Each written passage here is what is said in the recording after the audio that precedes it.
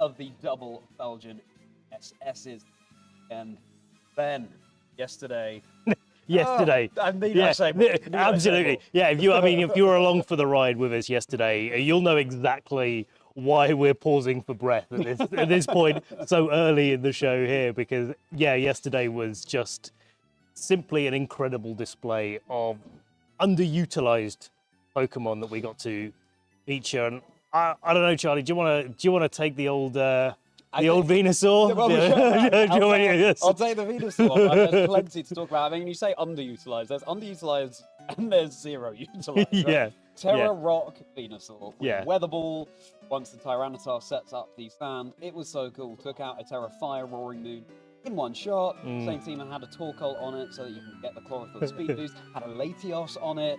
My goodness, we were on cloud 9. But I mean, that's not all we saw. There was so much. That was absolutely. Something else, Ben. I mean, I'm just going to talk about the Gallade versus Gallade finals, where both of our trainers that made it all the way were doing so with a Trick Room focused team. We've seen them, kind of hearing about, but you see, I think, a little bit more at the local level, where, it's just so dangerous. If you don't come with a plan for teams like that, then you can really, really struggle. And I really loved the way that, both of the trainers played them. I mean, I was even put out by maybe doubting Gallade's power and performance, and it almost struck me from the game for a few moments there, where I had to leave the team, and Shimon was able to come and take over for me. So it was one of those days, I think. Our top cut was a real showcase. There were so many of them. Clear Amulet as well,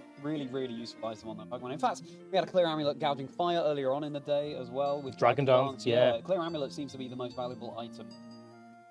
And something that's given me a lot of ideas. Late stage, right? So we had the Gallade, we had quite a lot of Blood Moon Ursaluna as well, showcasing the raw power that pick can provide. Iron Moth, my goodness, you're in absolute treat, so you're in the right place. Sure. Shout out to Shimon as well, Simon Vanderbook, for everything this week, and not least our little nicknames. Yes. We're still workshopping them. I think, Charlie, you've got yours well set. We're trying to on the stream yesterday, trying to find out a name or a pun rhyme that can go with my last name. If you have any ideas other than Cuckoo, I'm pretty happy with Please tell me. I mean, I don't know, maybe it fits. I'm not sure. The reason why it fits is because you're possibly the person who's least likely I would describe as Cuckoo. That's why it works. I'll take it. I'll take it. I think we're onto a win. I think, give it a year. I don't know. Stratospheric.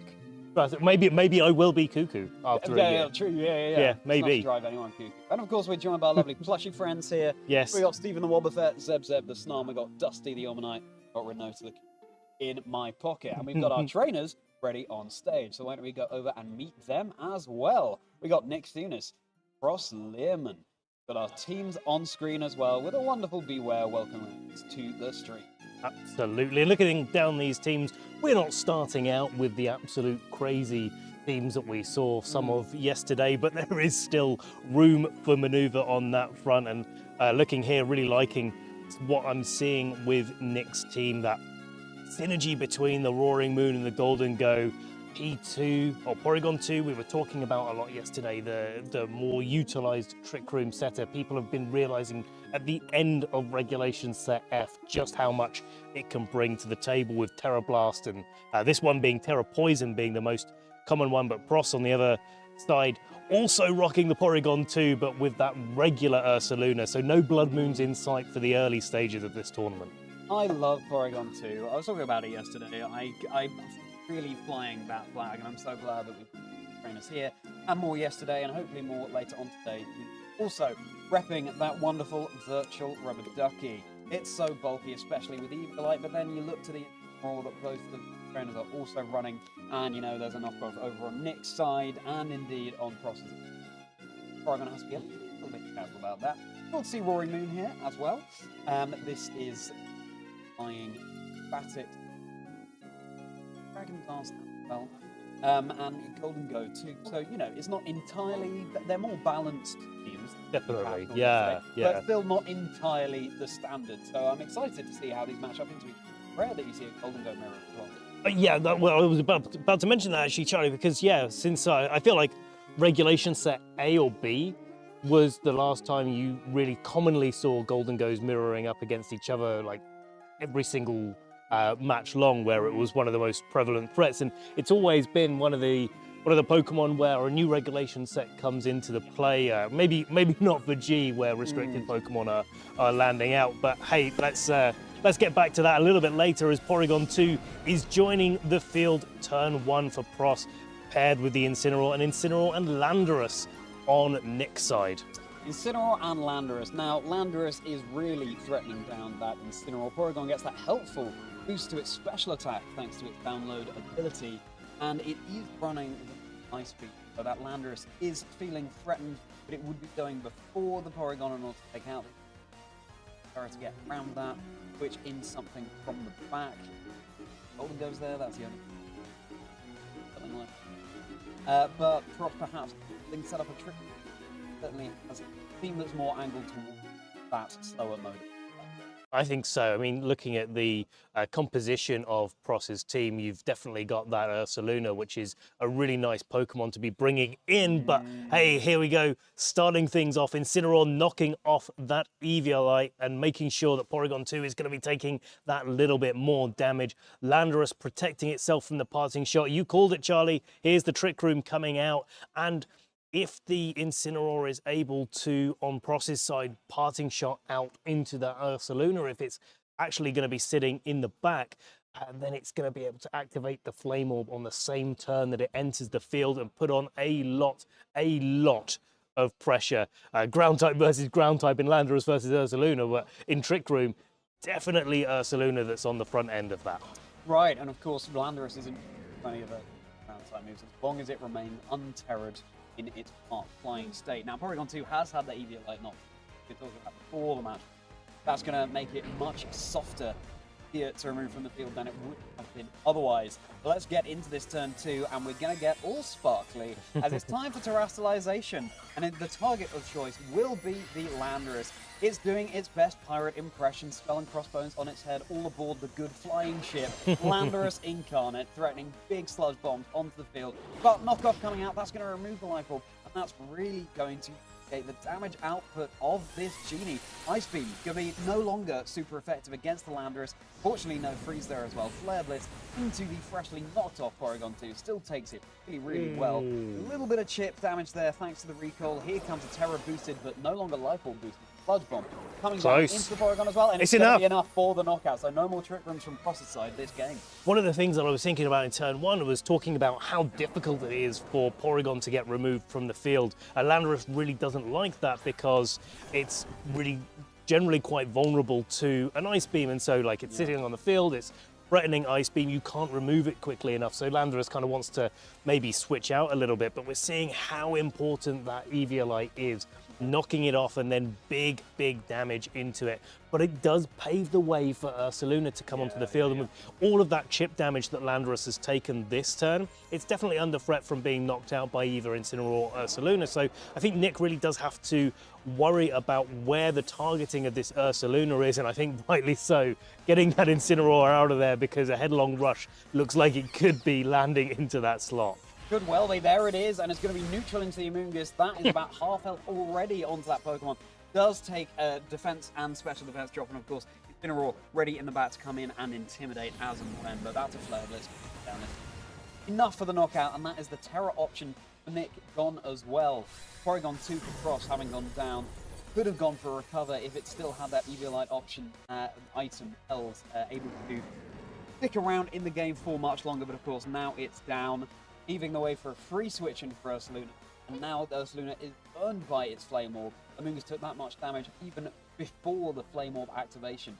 The Guts ability, and that is heightening the attack of the Ursaluna, thanks to Burns. But now Incineroar coming back in and intimidating the Ursaluna. It's kind of back to where it was before the burn took effect and the Guts boost was activated, kind of cancelling each other out almost in this situation. But if Ursaluna switches out to reset that Intimidate, comes back in a little bit later, it will be at full power. As you said, Charlie, doesn't need to be at full power to be able to knock out this Amoonguss. And even though Amoonguss is likely to be the faster in the Trick Room condition that we're in right now, because of that burn, it protects it from the sleep, and that's a really big deal. It means that Ursaluna can target wherever it wants to without worrying about being put to sleep.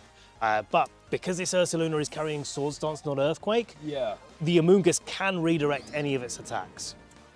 It can do. Looks like it might only be able to do that just the once if staying in this turn. And it's going to be Pollen Puff. Good pull into the Ogerpon.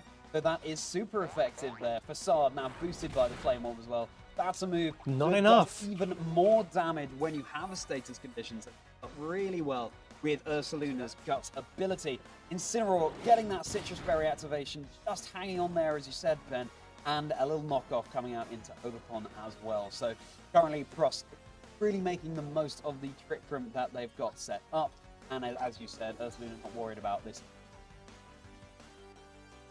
But a really nice switch in there for Pross, but Nick calling it so well. I mean, it's so tempting in that situation. The Incineroar on Pross's side is a Figgy Berry rather than safety goggles, and so would be susceptible to a Spore. Nick, seeing through what Pross was going for, was like, hey, well, I need to switch in my Grass-type Pokemon to take a Spore, so in the later stages of the game, I'm not having a Pokemon asleep and can't do anything. But Nick's like, nope, I'm just going to Pollen Puff it and instead do quite a lot of damage. And that Ogerpon is really looking like it's struggling right now.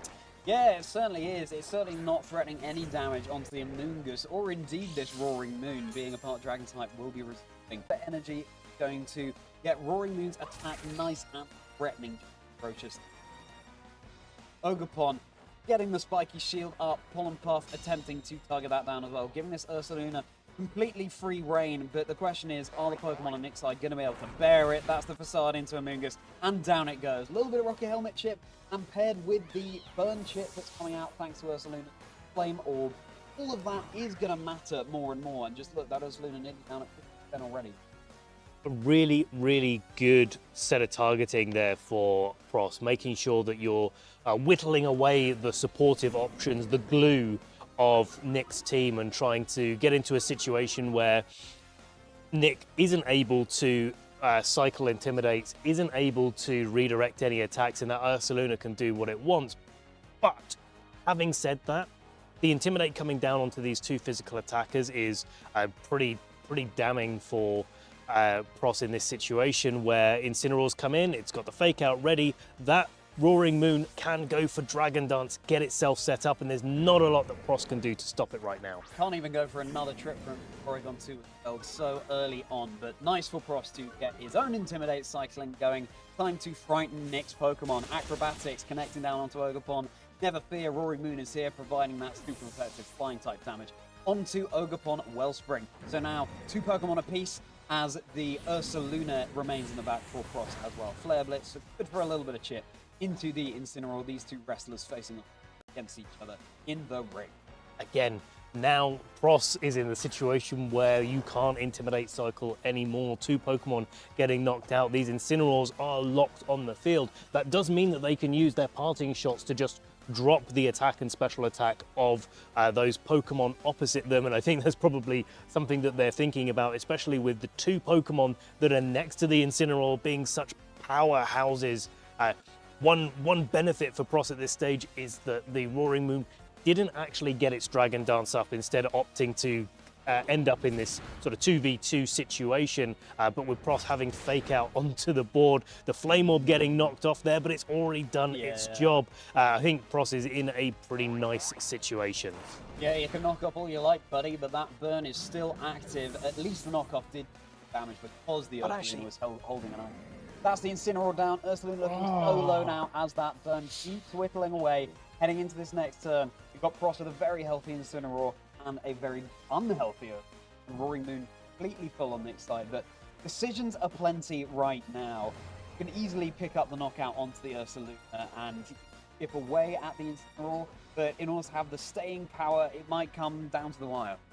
It could be close, but I think it's all a matter of targeting here and all a matter of the fact that the Ursaluna is so low with the burn. Yeah, I think the fact that Pross targeted into the Incineroar there, predicting the Protect that's just come out on the Roaring Moon last turn, I think was the really critical factor in this end game. If Roaring Moon had taken as much damage as it would have done from the Ursaluna on the turn where it was able to go for an attack, then this could definitely be Pross's game, but because Nick didn't protect the Roaring Moon and instead got some damage on the board, got that knockoff going, I think he paved the way for just being able to target down the Ursaluna. If it protects this turn, oh, it gets as the it double does, protect. It gets the double, having protected on the previous turn, so it's a really good call from Nick. But the acrobatics is fail into that slot now. You're very vulnerable to this instant draw. Now, last turn it went for a parting shot. This turn, just a flare blitz. Is there going to be a burn here? Nick crossing his fingers that doesn't happen. A bit of recoil damage onto the Incineroar, and we're okay. Ursaluna is going to hang on just by a it's going to hang on. After Yeah. that burn. So now you can safe protect on the Roaring Moon. Ursaluna goes down. Incineroar did not parting shot. So Roaring Moon looking like Synergy. Oh, it's exciting. This is it. This is the value of going for that knockoff in the previous turns. Yeah. This is why it mattered, because you can just go for a safe protect. If the Ursaluna hadn't protected before, it would have just taken an acrobatics, been knocked out that turn. Sure. Now we're seeing how much damage the Incineroars are going to be doing facing off against each other, and we're seeing the value of Pross knocking out the Incineroar on Nick's side. It wasn't able to parting shot, means that Flare Blitz is at its maximum power. Maybe 2 or 3 more of those would be able to do it. And given that the attack has been dropped already on the Roaring Moon, it'll really come down to how much value is Dragon Dance, how many times you need to acrobatics to be able to knock out this Incineroar, and does the recoil from Flare Blitz play a part in how this unfolds? And the more Flare Blitzes you dish out, the more opportunities there are for burns as Right. well. Absolutely. Dragon Dance being set up. This Roaring Moon was at -1 attack. It's now at neutral. Speed as well, though it's always going to be the faster thing on the field. Oh goodness, here we go. Here comes another Flare Blitz. That's more than half. That's more than Oh, half. and Here it the is. burn. It gets the burn. Nick's got it Oh. in his hands there. So frustrating to see that, but that recoil is adding up after an amount of damage. But, you know, you're now at neutral attack with a burned Roaring Moon. The Incineroar, look at that health part. It's looking quite good. It's not like the Roaring Moon. It's super effective damage into the Incineroar, and so Nick is at this game 1. Very well played by both trainers. Unlike stat drops where, you know, you've been intimidated and then you get a critical hit, you go through those drops, so to speak. So you're doing back to neutral damage and then you're doing the extra multiplier from the critical hit. Unlike that, burn does take the multiplier into account where it's half the damage that you do, but that includes critical hits. That's why burning a Pokemon like Urshifu is so effective, because Surging Strikes and Wicked Blow also get reduced in power. And so, yeah, the burn definitely sealed things up. There wasn't even a chance for a nice cheeky little critical hit to come back and you know, put Nick back into the driver's seat. But of course, you know, we've got to say it. The more times you go for the Flare Blitz, the more likely it is. You said it before, Charlie. The more likely it is to get that burn. Yeah, it seemed like in that end game, Roaring Moon was slightly too much of it. It go for a couple of Dragon Dance and acrobatics in the same turn. Something that you're not able to. Now, even though Pross lost the trip, so had that burn not happened, Dragon Dance going off, you're at neutral attack, it was still taking a lot of damage from the Flare. A couple of acrobatics probably would have been enough to take it out. But again, we're talking about the Trick Room and how these 2 players that have Trick Room opportunity are sort of matching up into each other, and going for the Trick Room really did benefit Pross a lot more because of that offensive pressure in the Ursaluna. Its combination of Facade and Headlong Rush is really quite difficult for Nick to be able to deal with effectively. It's hard for either trainer to stop the Trick Room.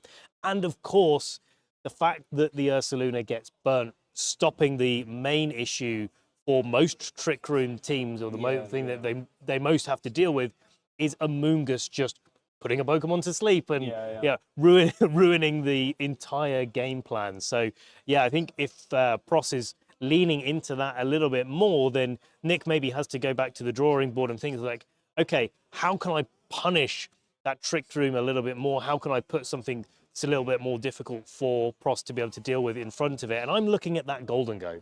Oh, yeah, okay, Golden Go. Get the nasty plot going. Yeah, get protect them going. it. Also, knockoff, knockoff could be a big threat to such a Golden Go. But heading into this game, there is Porygon 2 and Incineroar on the field, facing off against this Porygon on the side. Now, it's Intimidate going first. That could well be an indication as to. In fact, it definitely is, because it was Porygon 2 that activated next, getting an attack boost rather than a attack boost. That's the slower. Here comes Roaring Moon. All these Pokemon enjoying it.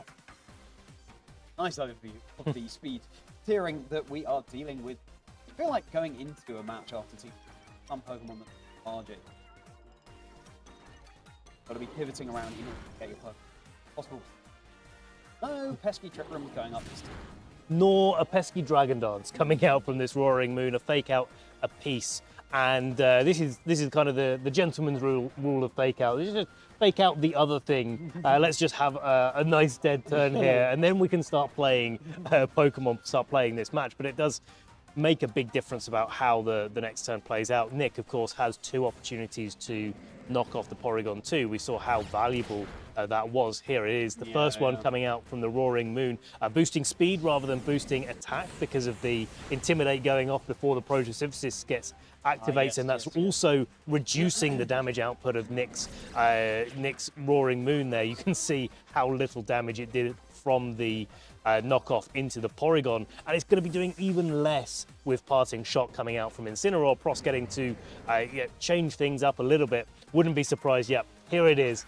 The bear's on the field. It's going to get its Flame Orb activated this turn. Incineroar is already on the field, so no Intimidate can be switched in.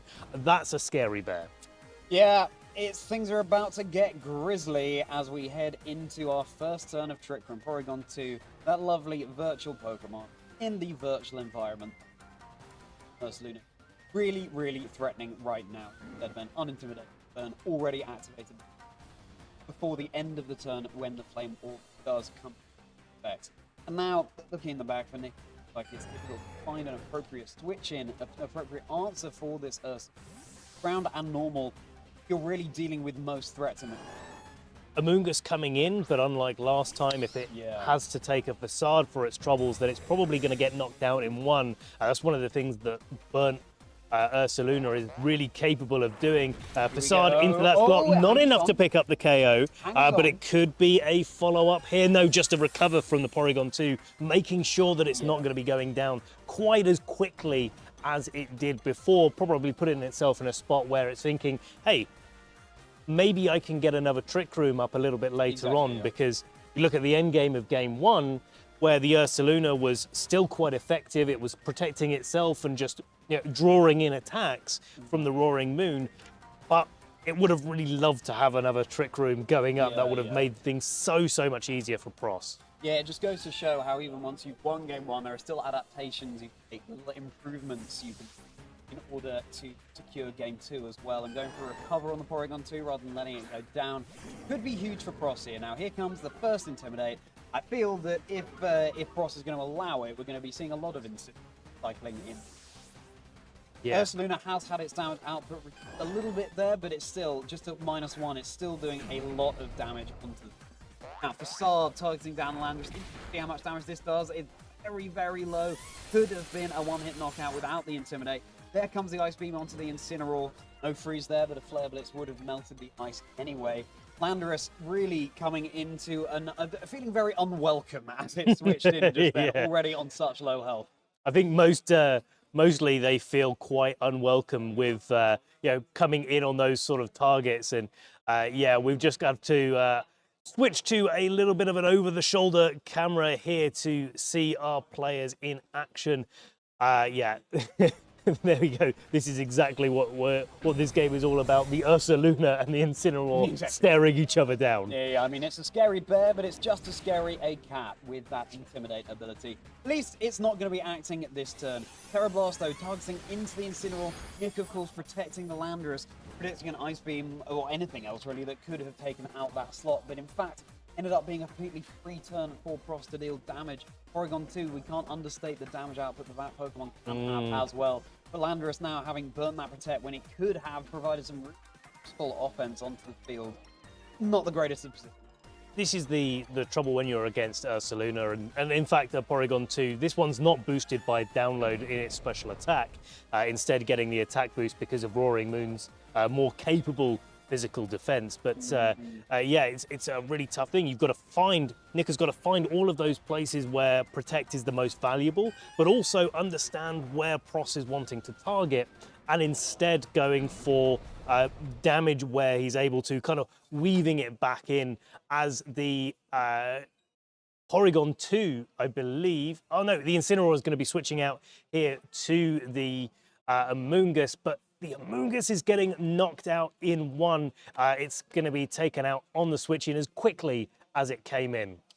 Yeah, it's just this Ursaluna is running rampant, and the damage output is something that Nick has failed to deal with. Of course, that Landorus was on such low health already going down. We realise you can't see this trainers, just have the radio version of the battle the Bev Knight are providing. You can see over the shoulder of Pross here on the Porygon 2 and Ursaluna are looking threatening right now.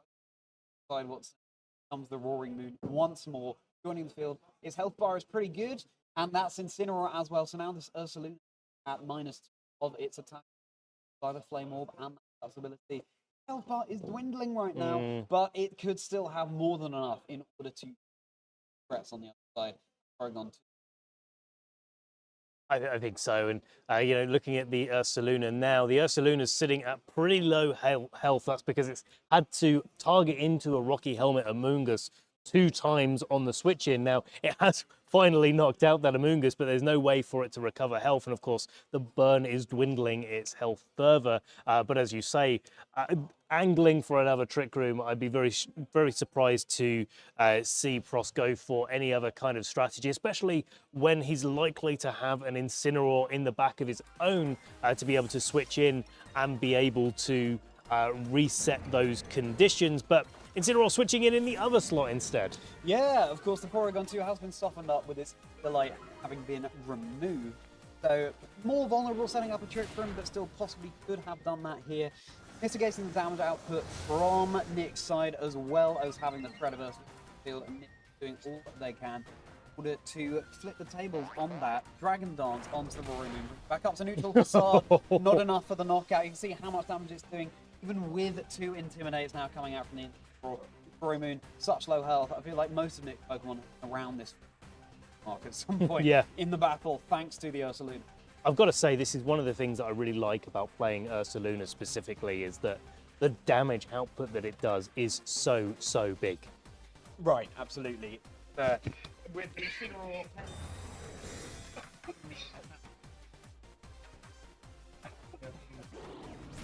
for as long as it possibly can.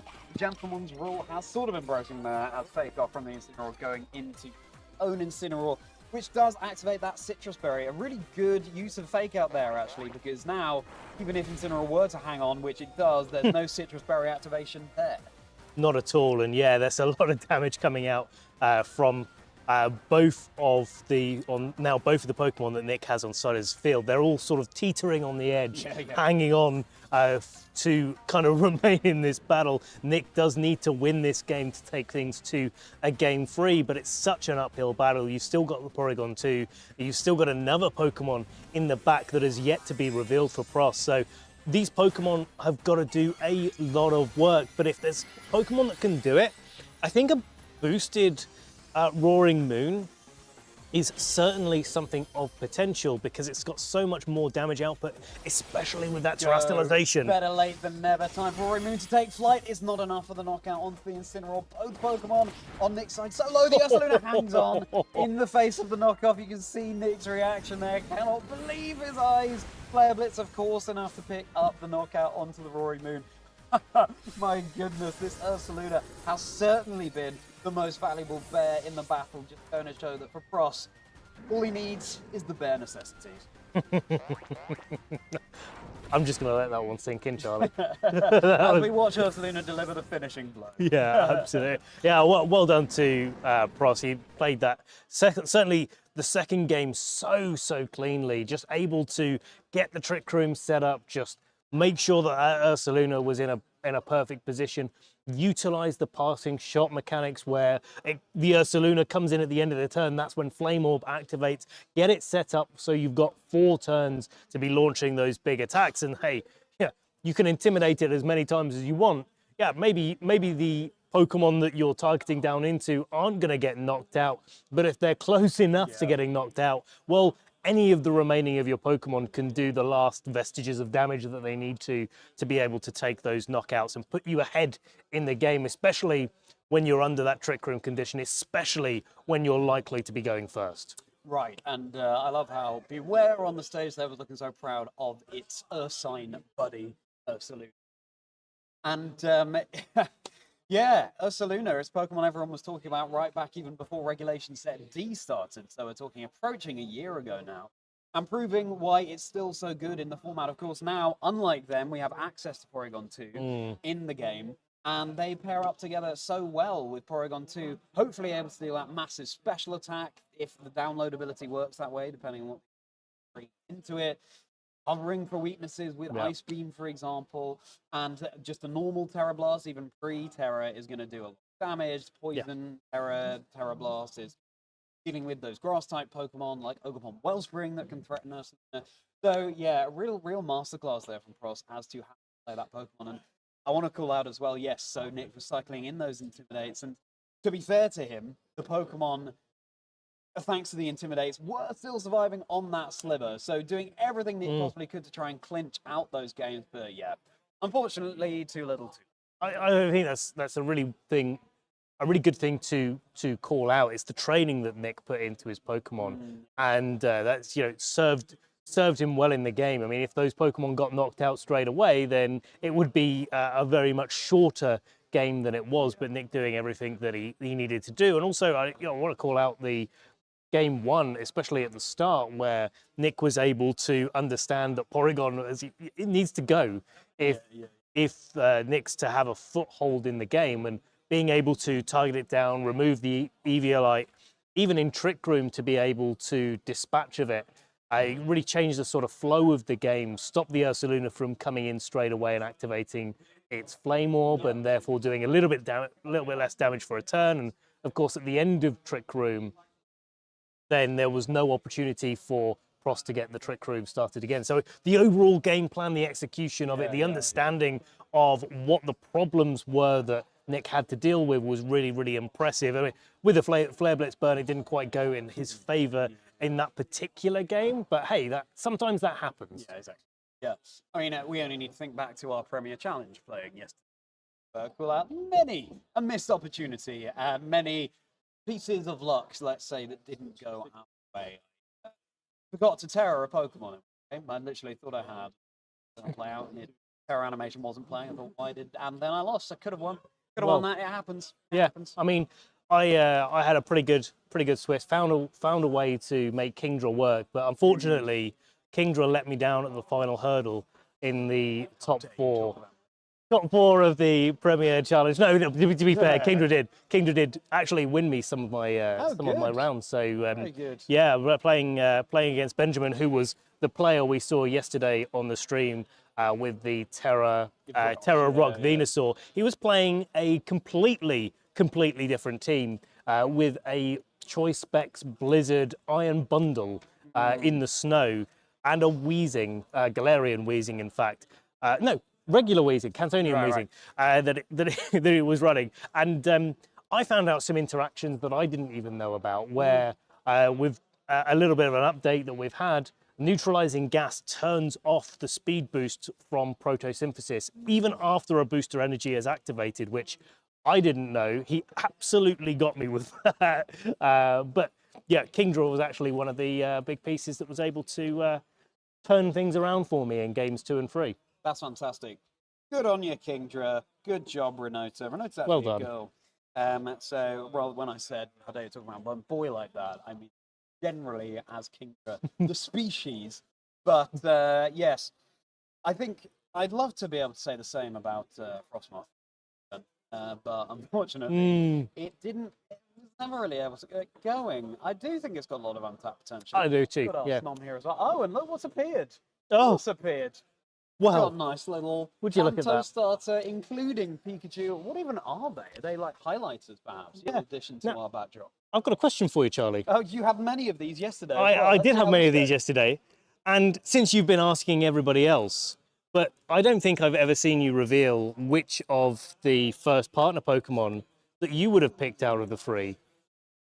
Well then, I will show you through the medium of picking up a highlighter rather than dance. My chosen Kanto starter is. Thank you so much, everyone. Thank you. Yeah, it's got to be Squirtle. Pokemon Blue was my first one, and when I saw all the starters there in Press Oaks Lab, I just felt that instant connection. You know, sometimes you just feel that with a Pokemon. Squirtle is my boy, and generally, growing up, I tended to choose the water first partner Pokemon. I did too, yeah. In recent years, I've pivoted more towards the grass, actually. And rarely the fire, but I would make an exception for Lanaken. Yeah, I do. I mean, Coco. Absolutely. Yeah, for me, we were talking about this before we started on camera today. It's I'm not actually sure. I cannot remember for the life of me which one was my first partner Pokemon. Now, I think it's either going to be Squirtle or Bulbasaur, but I can't remember what young Ben actually picked. These days, I would go towards Squirtle as well. It's hard for you to remember what young Ben picked. That was approximately 309,000 years. Yeah. No, I'm glad you said 1,000 rather than million. Yeah. It could have been million. I think could have been. That probably would have been too much. I think you've got to pick the right level. Right level. Otherwise, yeah. it's just too outlandish. But more specific, yeah, big enough without being overly. Absolutely, but 345,000. After 345,000 years, I need a little bit of a break here. So stay tuned. Make like Omanite. Your fossil buddy. Absolutely, yeah. I remember when he was a lad. So yeah, we're going to take a very short break, but stay tuned because we're going to be getting right back to the action at the Lanaken mid-season showdown. Still haven't said regional. I'm gonna hold on to that. But we'll be very, very quickly back with round 2 coming up. So stay tuned.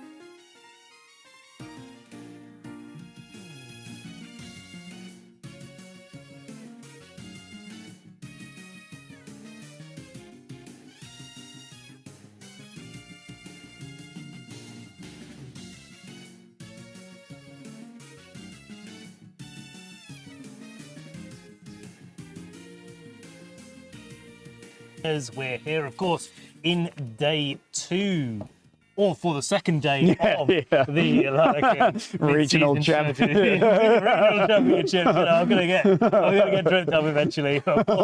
I am Ben Kyriakou, joined here by the wonderful Charlie Merriman. Yeah, there's only one way of saying it. You see, it's already catching on. The more you say Kyriakou, the more we're going to love it. Trainers. Don't know if you've heard of the kids' TV show back in the day, Art Attack, but that's what we've got going on here with Alexis. Lovely Alexis has been here in the venue drawing fantastic pictures for us. Look at that. So good. We've got Simon's favourite Beware up here. You've got the Kanto starters, including Pikachu. Bit of Vine Whip action going on there from the Bulbasaur. Very cool. I love the bold colours there. And we're just having a chill Sunday time. I do love the way that they're depicted. I mean, yeah. They don't have a border. It's just the shape and the colour of the Pokemon, and then their details coloured in is really, really nice. It's really bold. Do you want to come and say hi to everyone, Alexis? Do you want to say hello? Here she is. Here is the artist herself, Alexis. Thank you so much, Alexis, for these. I hope you're feeling proud of your drawing. Yeah, there we go. Because we also have this lovely picture of a Pokeball catching a Caterpie there. Going to become a good friend. I love Caterpie. Caterpie's good. Now, remind us, what's your favourite Pokemon, Alexis? Cinderace. Cinderace. There you go, Cinderace. Yeah. But just because. There's no particular reason, right? No. It's a fun Pokemon. It's fun. Thank you so much, Alexis. Yes, Cinderace is a great one. And thank you for this art. We're going to frame it. We're going to get it on our walls. Thanks, Alexis. All right. Well now, from the art of illustration to the art of Pokemon battling, let's go over to the stage where we have Kylian Duquesne of the Netherlands up against Joris Bongers. And look at these teams. They're certainly a far cry from some of the balance we've seen at this stage in Regulation Set F. Got Hatterene over on Joris's side, as well as the Indeedee Iron Crown for Kylian. Indeedee Iron Crown is the play style that Kylian has favoured throughout Regulations at F and has had some fantastic finishes with that as well. I believe at least one top 16 finish in an EU regional that we've had so far this season. So Kylian really, hopefully by now, getting close to that World's Invite and here in Lanaken to try and seal it up.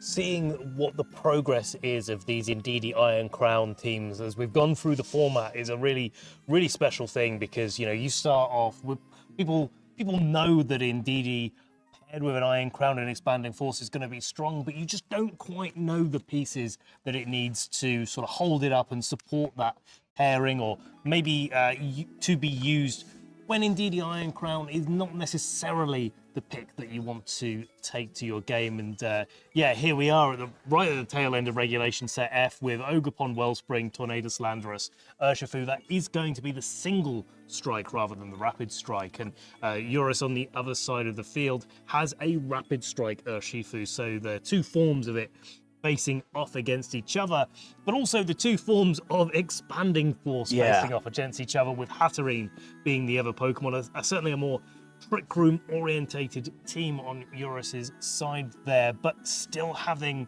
the opportunity to go a little bit more speedy. Fluttermane, the booster energy, no Icy Wind or anything like that, no sort of speed control, but probably boosting out the power of those moves. And Urshifu Rapid Strike carrying the Mystic Water as well.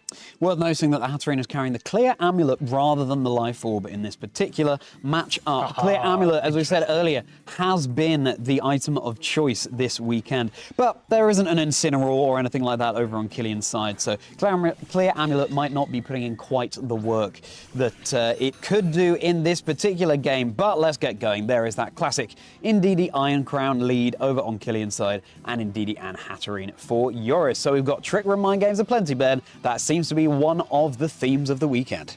Lots of Trick Room going on here, yeah, lots of potential 3 Pokemon on the field right now that can click that particular button. The question is how many of them do? If it's 0 or 2, Trick Room doesn't go up. If it's 1 or 3, then Trick Room does go up. And I mean, I don't think I've ever seen in my VGC career 3 Trick Rooms going up on the same turn, but I'm sure it's possible. Yeah. Hey, there's a first time for everything here, but definitely, I think Joris in terms of his goals and his team compositions, it really does lend itself to trying to get the Trick Room up, whether that's going to be Killian doing it for him, trying to prevent the Trick Room, or Joris actually getting the first Trick Room up. We'll have to see. Here we go, Helping Hand. You would have seen the Focus Blast being hovered over there. That is a move that this Iron Crown has access to. What is going to be the massive move of choice? It's just going to be the Expanding Force, what Iron Crown does best, onto both of these Psychic-type Pokemon, but look at that. You wouldn't have expected that to be not very effective damage. Big damage. Huge damage thanks to that Helping Hand coming out. That's Hatterene twisting the dimensions, and Trick Room is staying up.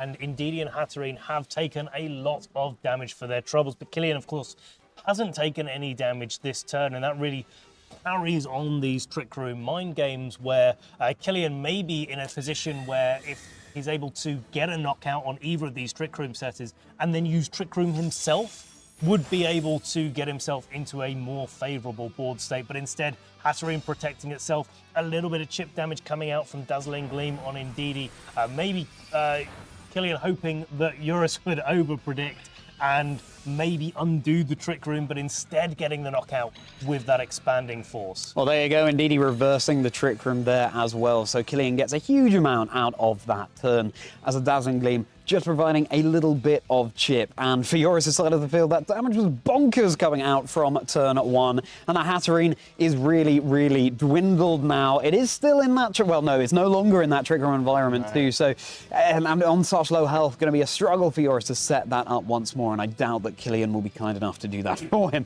So Iron Crown is looking incredibly threatening right now, still in that Psychic terrain. It's not like there is a Rillaboom or anything lurking in the back for either of these trainers. So that Psychic terrain is going to remain on the field as long as there is an Indeedee willing to switch in from the back. It's all about the Pokemon in the back for Joris, and Amoonguss being one of them is probably not great. One that you'd be wanting to see in this situation. If it was a single strike Urshifu, then maybe there's a little bit of a game coming back into the fore, but Amoonguss, it's already weak to the Expanding Force, and just looking down the team list here, just having a little double check, it is a Water Terror type, so it doesn't Terror into some of them opt for a Dark type Terror, right? To be able to deal with these kind of Expanding Force combinations, but it ain't that. It ain't that, and it's also dark when you're trying to get around a taunt, for example, from a prankster Pokemon. But this Iron Crown is seeing into the future and has foreseen the huge damage it's about to do, especially thanks to this Indeedee giving it a helping hand. Is that seeing into the future? I thought it was time for a disco here. Well, both. I think it's time to boogie, because certainly this Amoonguss is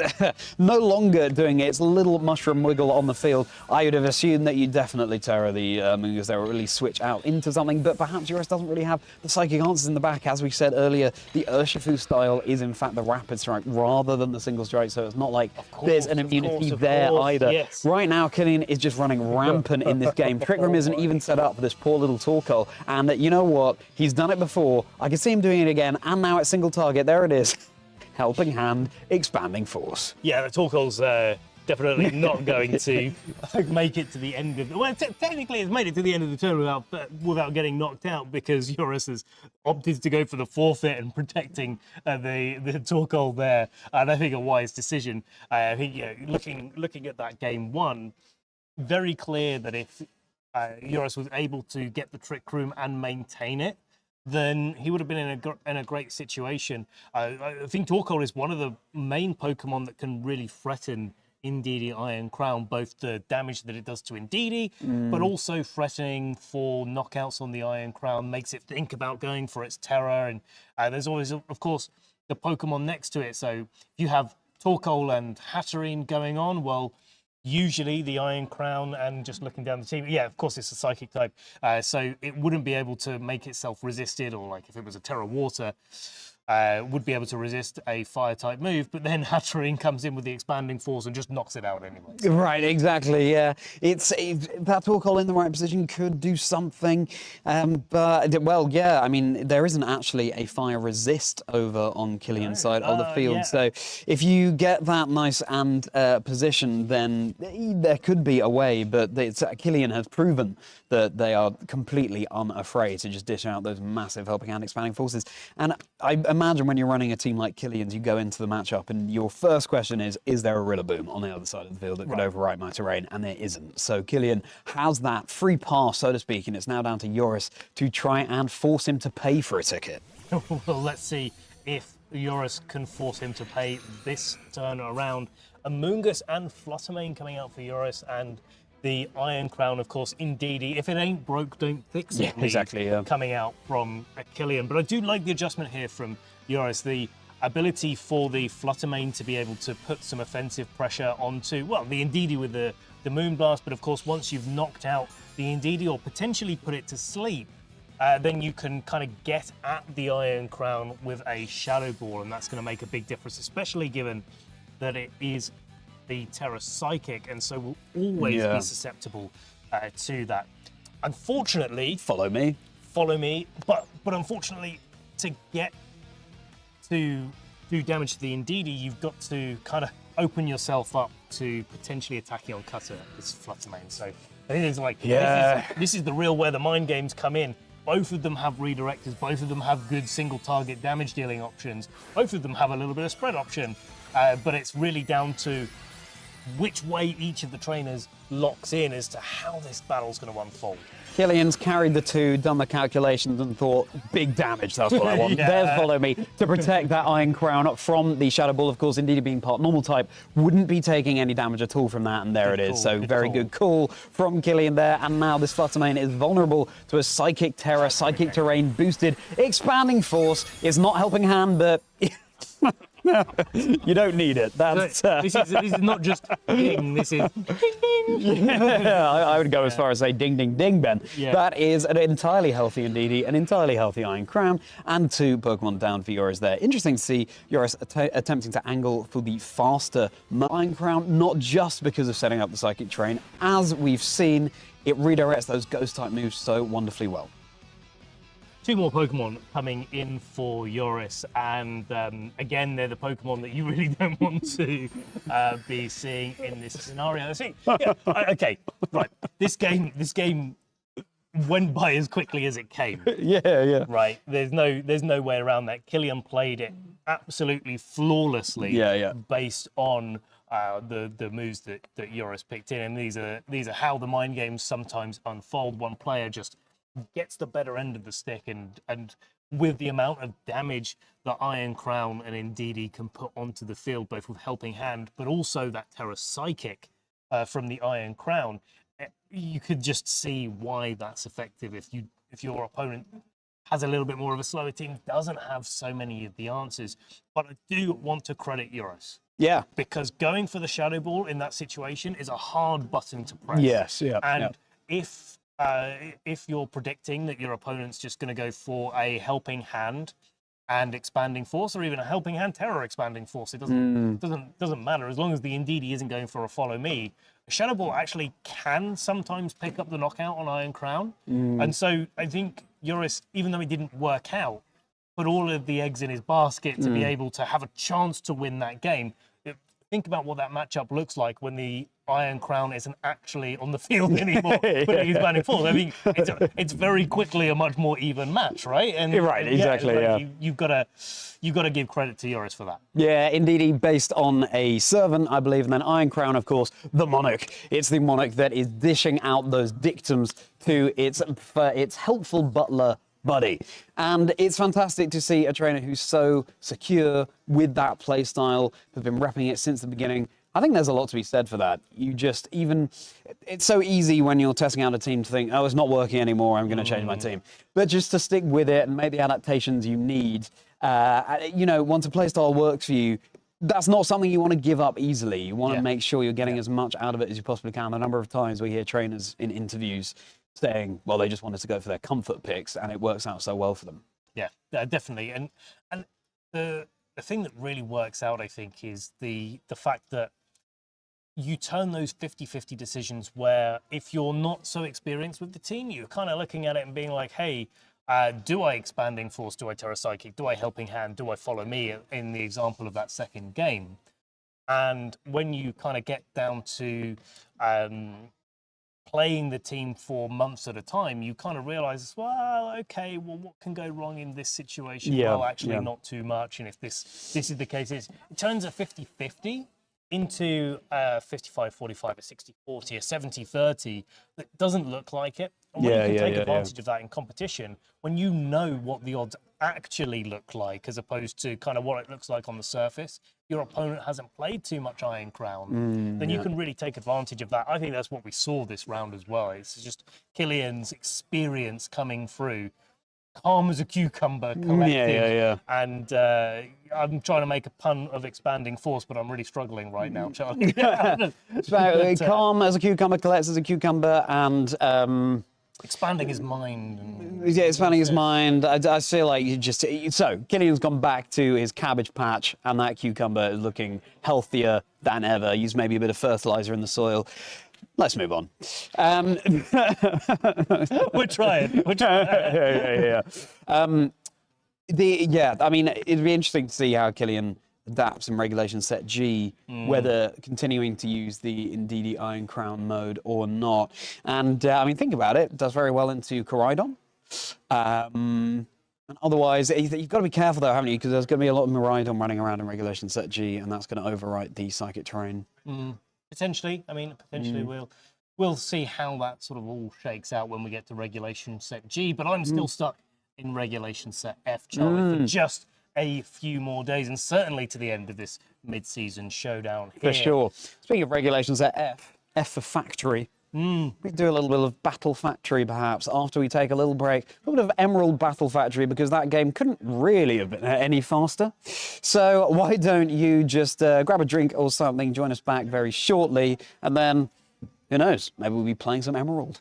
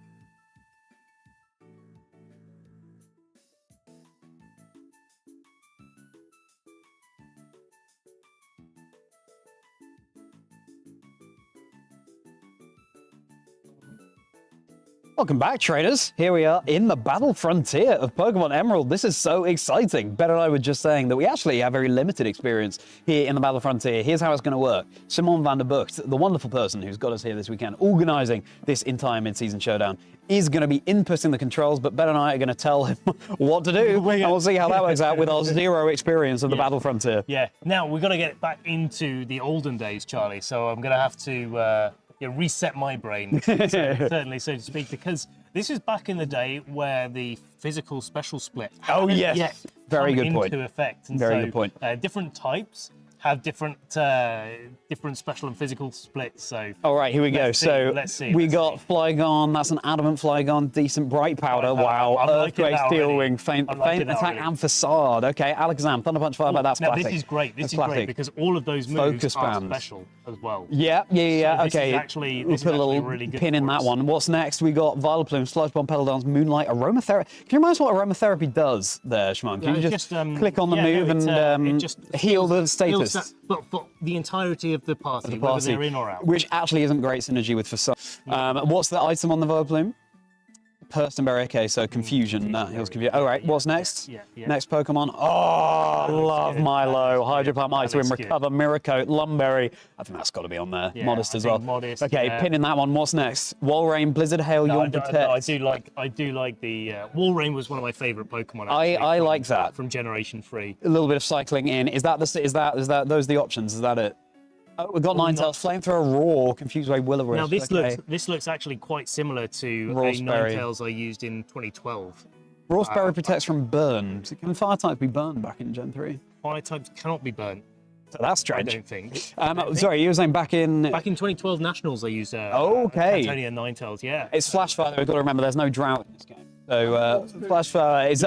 we don't really get the Rawsberry, but... Hey, okay, fine. Why not? Why So, not? Okay, so we said the Alakazam and were Milo. good. Yeah. Alakazam, do, we want, Milotic. do we get to choose the order? Okay. so what do we want- what do I we think want Alakazam is pretty good first, to be honest, because it has good coverage. It has the Thunder Wave as well. Yeah. So maybe we can get some stats. Let's do that. Okay, Yeah, okay. Alakazam, Yeah, I love it. Milo, The Milo's cool. and then definitely. Walrein or Ninetales, I think, really, we're deciding between. I am tempted to say Walrein because it's a bit bulkier. Well, I think Alakazam had Fire Punch, if I remember rightly. Right, okay, yeah. So fine. maybe we don't need the Ninetales. Yeah, fine. Cool. Great. There it is. That's Fire Punch. Great. yeah, So yeah, let's do it. yeah. Alakazam, Milo, and Walrein. Let's do it. All right. You know that classic core of Psychic, Water, and Ice? Yeah. Let's get into Or it. potentially Psychic, Water, and Water. Yeah, true. Yeah. Yeah. There you go. Hey, you know, that's what we are. Right, first battle here. That's what. Let's see what we get into. Oh, Hiker Daryl. Love Hiker Daryl. Ampharos. Good try, Okay, Daryl. cheers, Ampharos. Meet Alakazam. We don't have any super effective moves against that on our entire party. But No, we don't. No, also, but Alakazam is the only one that resists electric. So I think we've got to go with Alakazam. Alakazam resists electric. Well, I mean, it doesn't take super effective Yeah, from no, electric. that's true, Walrein and that's true, Milo that's certainly do. Well, let's fight then, shall we? Should we? Yeah, should well, we get, like, a I little bit think of you an ice can punch? probably paralyze electric types in Gen 3, you so can, there yeah. is that. Yeah. I reckon we just go for damage then, I probably. think well, Fire Punch or Ice Punch, hot or cold. What are we going with? Freeze is just so busted. I feel like we go Ice Yeah, Punch. no, okay. Yeah. Let's Ice Punch. Here Yeah. we go, Ampharos. What you got for go, us? let's go, let's Ice go. Punch, freeze, at that health freeze, bar. freeze. Oh, look at that. No freeze. Oh tried. no, oh no. Oh dear. Do we have any females? Do we have any females on our team? We got Milo. We got Milo. Oh, do you really switch a but- Milo into a... Oh, I don't know. And it's got the Miracle. It's got the mirror. Also, because it's got a Trout, I wouldn't be surprised if this isn't a very offensive Ampharos. I say we Could be. switch in the Milo. Let's go for it. Let's Do you know what, switch in Charlie? I'm Milo. going to trust you. Okay, Trust you on this. that's probably a bad decision. On but, your... yeah. Okay. We can do this. all right. Oh, Thunder Wave. okay. Paralyze. That hit, of course. But hang on. Oh yeah, Lumberry. But also, Perfect switch. what's the ability again of Milo? So Marvel Scale, Scale. which doesn't that boost defense when it has a status condition? This is it good. This is good. This is good. So do we Hydro Pump then, or do we try for the Miracle? I think we pump. Pump? I think we pump. Yeah, think- and hope it hits. Okay. Let's do it. Hydro Pump. Ah! Classic. Oh, thank you, Ampharos. Thank Right, well, you. then we get but that. it's going to go for a Thunder. It's 100% go for a Thunder. So let's Miracle. Although, no, we go first. We go first. So we just Hydro Pump. I assume we Hydro survive. Pump in the rain. Let's Hydro Pump. Come on, please, Melissa. Milo is Come on. definitely Come on. gonna- Yes! yes, we got it, we Come got it, on. we got it, we Go, got go, go. I've forgotten. Yes. I've forgotten how agonisingly slow the health bars used to move. Yeah. Yeah. Mr. Revis. Okay, that's Perish Song, if ever I saw it, I assume. No, I think it's going. It could be going for status conditions though. I think It could be. I But that's actually okay. think- Milo loves a status condition. only the ones that stick around. Doesn't work. on Yeah, confusing. So true. I'm wondering. I am wondering though. Like, is it a good idea to switch into Alakazam? But then, I feel like the rain is up, Milo's in, let's just go for damage with Hydro. yeah, okay. Let's do it. All right, pump it up, paint split. Okay, That's fine. That's fine. Hydro Pump, come on. Yes. Now we only have here we like go. 2 Hydro Pumps left. That's something to bear in mind. Mischievous, and yeah, Come no on, such knock it thing out. as an Eviolite on Mischievous that in Gen bell. 3. There's no Mismagius. That's right. Oh, welcome to the Marowak. party, Marowak. Okay. Well, Sorry for let's this. just go Hydro Pump because we've always got the Ice Punch, we've got the Blizzard in the back. Yeah. Let's pump. just keep going. Let's just keep going. We are busted at the Battle Frontier. God, Frontier brains right here. Wow. One battle. Like, there's a big part of me that's like, right, should we just quit while we're ahead? 100% win rate. Absolutely not. We've got to keep going. Now, because we get to change now, if we want to, what Pokemon we have. So we have to keep an eye about what we've seen. We can take any of the Pokemon that we've already seen. So our friendly aide just then said that the battle style seems to be free-spirited and unrestrained. So I assume that means heavy and fast hitters. So let's see. We've got Alakazam, Milo, and Walrein. So I feel like you fight fire with fire. And I think we keep Alakazam in the lead. I think so. Yeah. I think All right. so.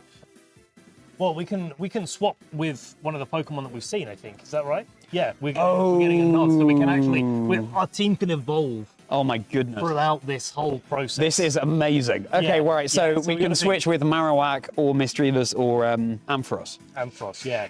And I'm kind of thinking Ampharos looked pretty cool, but I don't think it did too much. No, I don't think The so. Mischievous, I think, is going to end up a little bit Dead weight, I think. lackluster. Yeah. But Ghost weight. I am wondering Seriously. about the Marowak. We didn't even see its moveset. We didn't. But it's only because our Milotic was that strong. And I'm wondering if Walrein could change to maybe the Marowak. It rounds out our coverage. If we see another electric-type Pokemon like Ampharos, then we've got to switch in. Its stats generally, really, its bulk as well as its offense, it's not offering what Walrein offers. And you've got Yawn cycling with Walrein, Hail, and then 100% Blizzard. That's how it works in Gen 3, right? If you Hail up, you get 100% Blizzard. Accuracy? Yeah. Okay, fine. you do.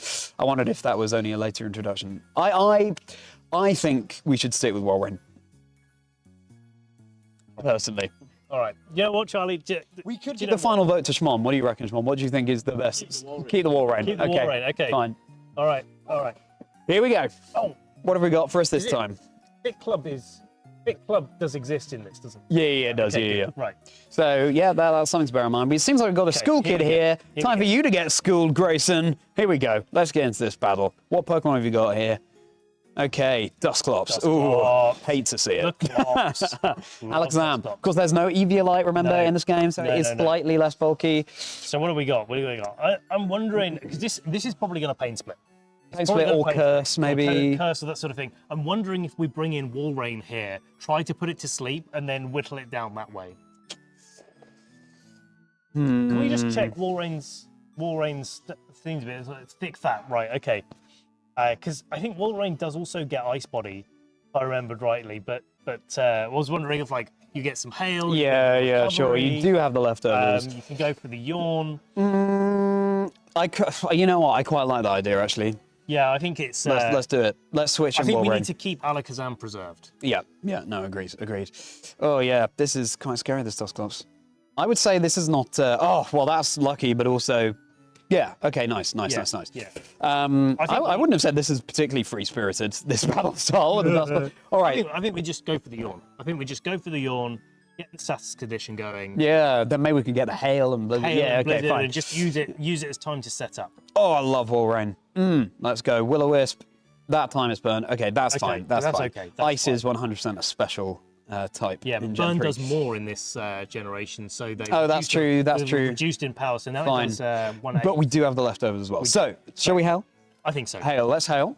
Let's just make sure. We've only got a few PP of Blizzard. We need to make all of them count. What? Try to Will-O-Wisp us again.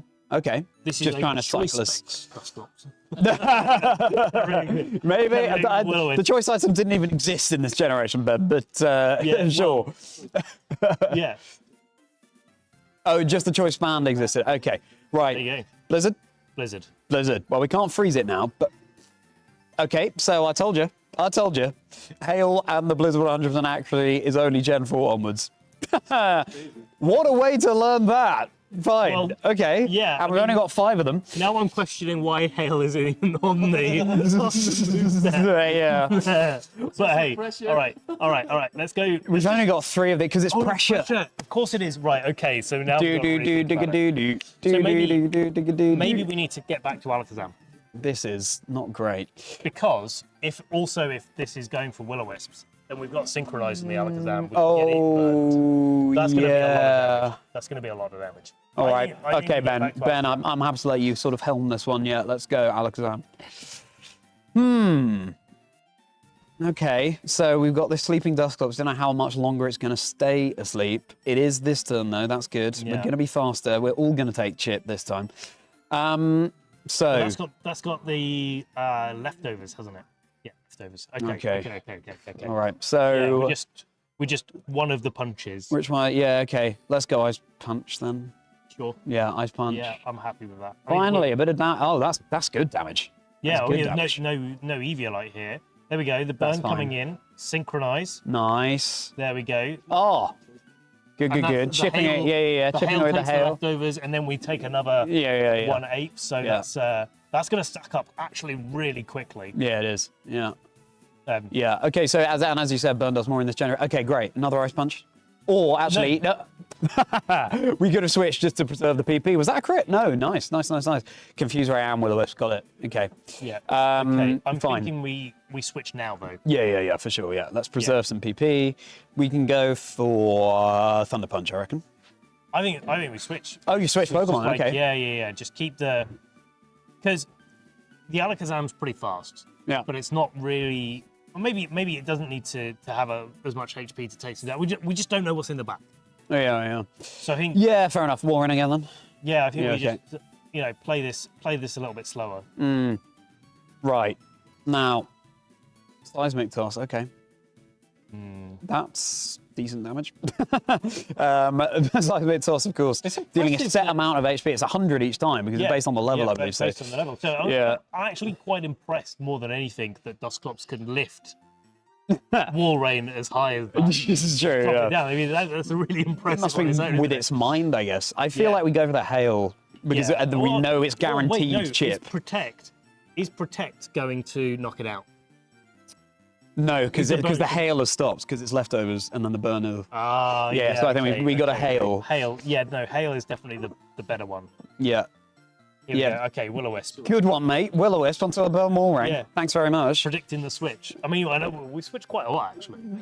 Yeah. Maybe that's what it's thinking. Oh, please get the knockout. Please, It's gonna. No, Yeah, because left. Yeah, no, it should do, yeah, okay. It's gonna be burned. good. Well, that was a marathon. That was only one Pokemon. Is it going to be another Dusclops? Yeah. I'll tell you. Oh, I've got Wall right now. We've just got to hit this Blizzard. Okay, yeah, Blizzard. Come on. Blizzard. Come Let's on. do this. Okay. Okay. Come on, Blizzard. Refresh. Come on, Getting Blizzard. it- Come on, getting it Blizzard. on. Yes! Yeah. Turn up the heat with the chills. There we go. If I was Double Altaria super there, I would effective. have gone for the Terror. What a chilly reception. Yeah. Absolutely. Yeah. Don't know what the AI is playing at here. Typhlosion. Okay. Okay, Sure. all right. Well, at least it's neutral here. We've got Milotic in the back as well. Yeah, exactly. I think that's going to be pretty good. Yeah. Do Maybe we we go- just do we we go- stack the wall rain or do we switch? I think we do, but I think we go for the Yawn. Oh, love it. So Love that. if we survive on a little bit and then get knocked out from burn later, at least we've got the Yawn condition up. Perfect. Let's yawn it. Yeah. Yeah. Sleepy time. Oh, it's okay. faster as well? Wow. Oh, Oh, raw. raw. Perfect. Okay, I'm really even glad. better, I'm really glad. Even better. All right, good. I think we just switch out to Wall Rain now. Well, no, because if it roars, then it will drag in something else. Oh, switch out to wall rain. Yeah, switch out to Wall Rain. And then if the Typhlosion attacks this turn, then that's fine. We're sacking Wall Rain. And then if it doesn't, well, it's going to be put to sleep anyway, so we've got the time to switch. Sure. It might give us a free switch into Milo as well. That's what we want. We don't know what Yeah. the Typhlosion's doing yet. I think it's just going to roar again. Smoke screen. Oh, God. Okay, that's good. No, that's good. That's good. We can switch into Milo. Yeah. Now that we've got that, now it's going to be asleep. Then we've got some hail chipping away. You know, we're stopping the hail doing as much damage to the Milo. Very good. Yeah. All right. So we switch out to Milotic now. Milo 6. Yeah, let's do it. I don't know why people find Battle Frontier so hard. Don't hold me to that. Please don't hold me to that. Okay, the health stop. Perfect. Oh, you busted. Out of the Battle Frontier, right? Let's pump. Hydro pump. Okay. Even more, but Yeah. don't miss. Turn Just one, don't connect. There you go. Oh, and Okay, it's perfect. essentially an Oko. There you go. Yeah, learning from the best. There we go. That is 2 rounds of the Battle Factory done. But we now know that we've got our round 3 ready here at the Lanaken MSS. I hope that this next game is a quick one as well, because this is great. This is great. I'm getting kind of invested in this. Yeah, I really am. Sorry, players. Yeah. Which is going to be off in the corner. Yeah, I love our Battle team Factory. as well. I've got so much attachment now since Alakazam, Milotic, and Walraid. God, we should, in fact, Alakazam, no, you can't use the Scarlet and Violet, can you? And in fact, it's Spheal. No, there's no Spheal either. So we can't even try and make this team in game. But, you know, maybe on a different game. I've got so many Spheals in Pokemon Go. Okay. I think the Christmas edition where it had its little like ring around it. So cute. I've got so many of those. I can't get rid of them. I've got, like this whole list of Spheals because they're just so adorable. Well, I was going to say, yeah, why would you try to get rid of them? Yeah. Love to see Spheal. Okay. Battle Frontier. That's a lot of fun. That's something I'm going to be playing a lot more of heading into the future. But now, let's just focus onto our Lanaken, I was about to say regional championship, mid-season showdown. Oh yeah, prepare for trouble. Yeah, and make it double, in fact. Charlie Merriman, Merriman by name, Merriman by nature. Ben Kyriakou, Cuckoo by name, Cuckoo by nature. Belgian double MSS, double trouble, double MSS. We just doubled up on saying mid-season showdown. All the doubles coming out, but we are going to just be getting our players ready on stage now. So we'll take a little break. You can stretch your legs, get over the excitement of the Battle Frontier, and join us back here where we are sure to have another thrilling matchup.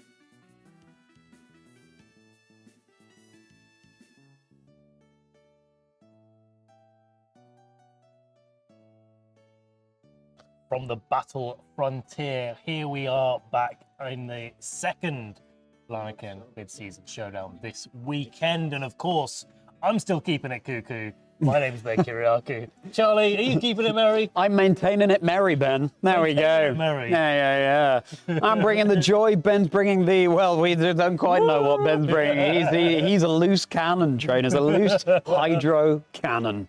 Shout out to my boy Squirtle back here. That's right. Well, welcome back, trainers. We're at the Lanaken mid-season showdown. If you missed our segment just then, you missed a treat, I'm afraid. Had the battle frontier up on Emerald. So good to play through that again because we had the swiftest possible round 2 with Indeedee Iron Crown just sweeping through the opponent's team.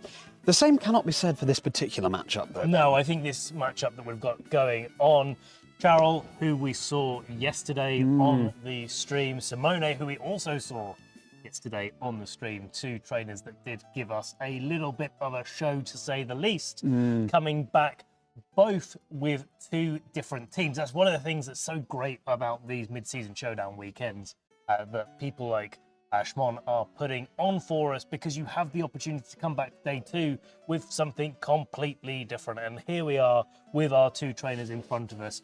Well, you said it, Charlie, it's a slow match that Simone is wanting to be playing with that Dondozo Ting Lu combination. No Tatsugiri in sight. No, and this is a composition that's been rising up in Regulation Set F. You have Yawn on the Dondozo to try and cycle through your opponent's Pokemon. Ting Lu, incredibly bulky, and has the Rocky helmet there as well. Of course, that's weakening the special attack of everything on the field. Both Dondozo and Ting Lu are physical attackers. But then you do have a faster mode with Chien-Pao Dragonite there. Classic offensive Joe, and then Glimmora and the Gouging Fire. Gouging Fire can boost up its partner's attack with Howl. Glimmora, interestingly here, has the ability Corrosion rather than the Toxic Debris.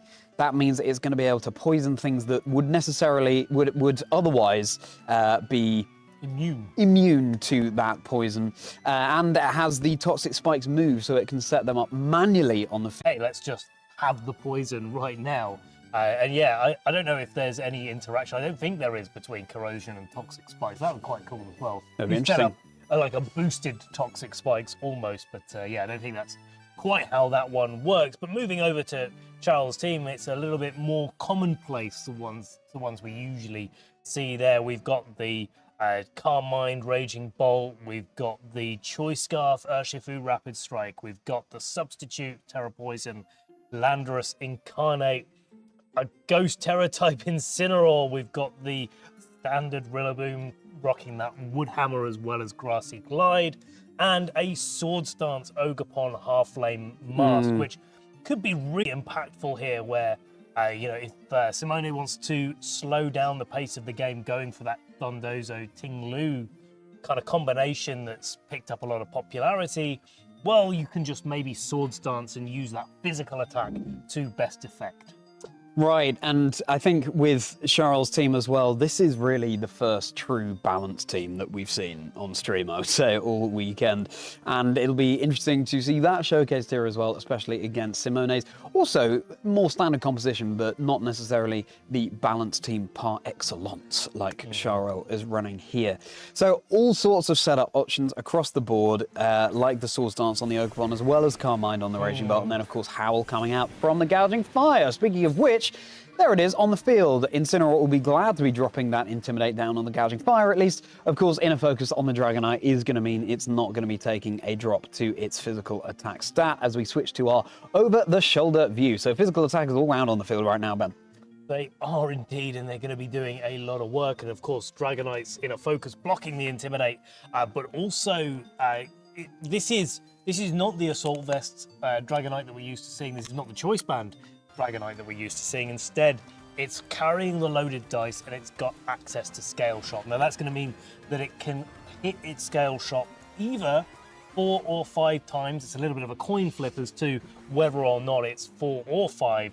But at the end of the move, it's going to drop its defense and raise its speed. So Howl can come out, increase the power of Dragonite, and Dragonite can go for damage and a speed boosting move. It's kind of like Dragon Dance with a little bit of a bonus. Right, exactly. Well, U-turn is going to be chipping that Dragonite a little bit. Of course, the inner focus means that that attack is not going to be lowered anytime soon. Landorus is going to be joining the field, of course, threatening really big damage. Onto the Gouging Fire over on Simone's side. Pariente, as Lou likes to call it, ready to go. But this time it's going to be Dragonite chucking out its scales, trying to balance the scales over in Simone's favor.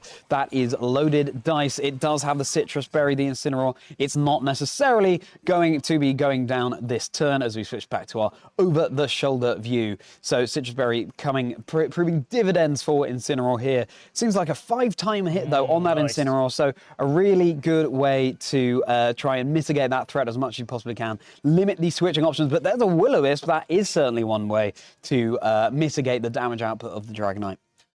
See, the thing is, Will-O-Wisp, you definitely got to do it in this situation. You've got to make sure that that Dragonite is kept in check. You can't use Will-O-Wisp on the Gouging Fire, and it's howling away. It's going to be increasing its attack as well as Dragonite. So while you've got that Dragonite on the field, it's looking pretty dangerous. Booster Energy activating on the Gouging Fire, raising its speed, will also mean that this Gouging Fire can get another howl up before the Dragonite goes for its second attack. And so if that's enough, as it looks like it would be to knock out the Landorus here, even with 4 hits potentially, then the Gouging Fire is really not going to struggle with the Incineroar that's on the field. It can just keep boosting up its power until it's ready to strike. Speaking of strike, here comes the Urshifu Rapid Strike as Gouging Fire does go for another howl, trying to mitigate what the burn did to the Dragonite in the first place coming out from the Incineroar. There's another scale shot. You can see how much reduced that damage is now. Looks like it's just going to fall short of the knockout. I don't think 5 is even going to do it, to be honest. It's going to bring it really low. Each individual one can critical hit, but it's only 4. There's no critical hits in sight here. No crits and just 4. So defense down once more for this Dragonite. So even something like a Surging Strikes, even though it's a resisted hit, could be doing big damage, but of course Earth Power with the Life Orb, Sheer Force, classic pairing of item and ability for Landorus there is enough to deal with the Gouging Fire. So no more howls coming out for the Dragonite. Its attack stat has a ceiling on it. It cannot soar as high as its little wings would like to.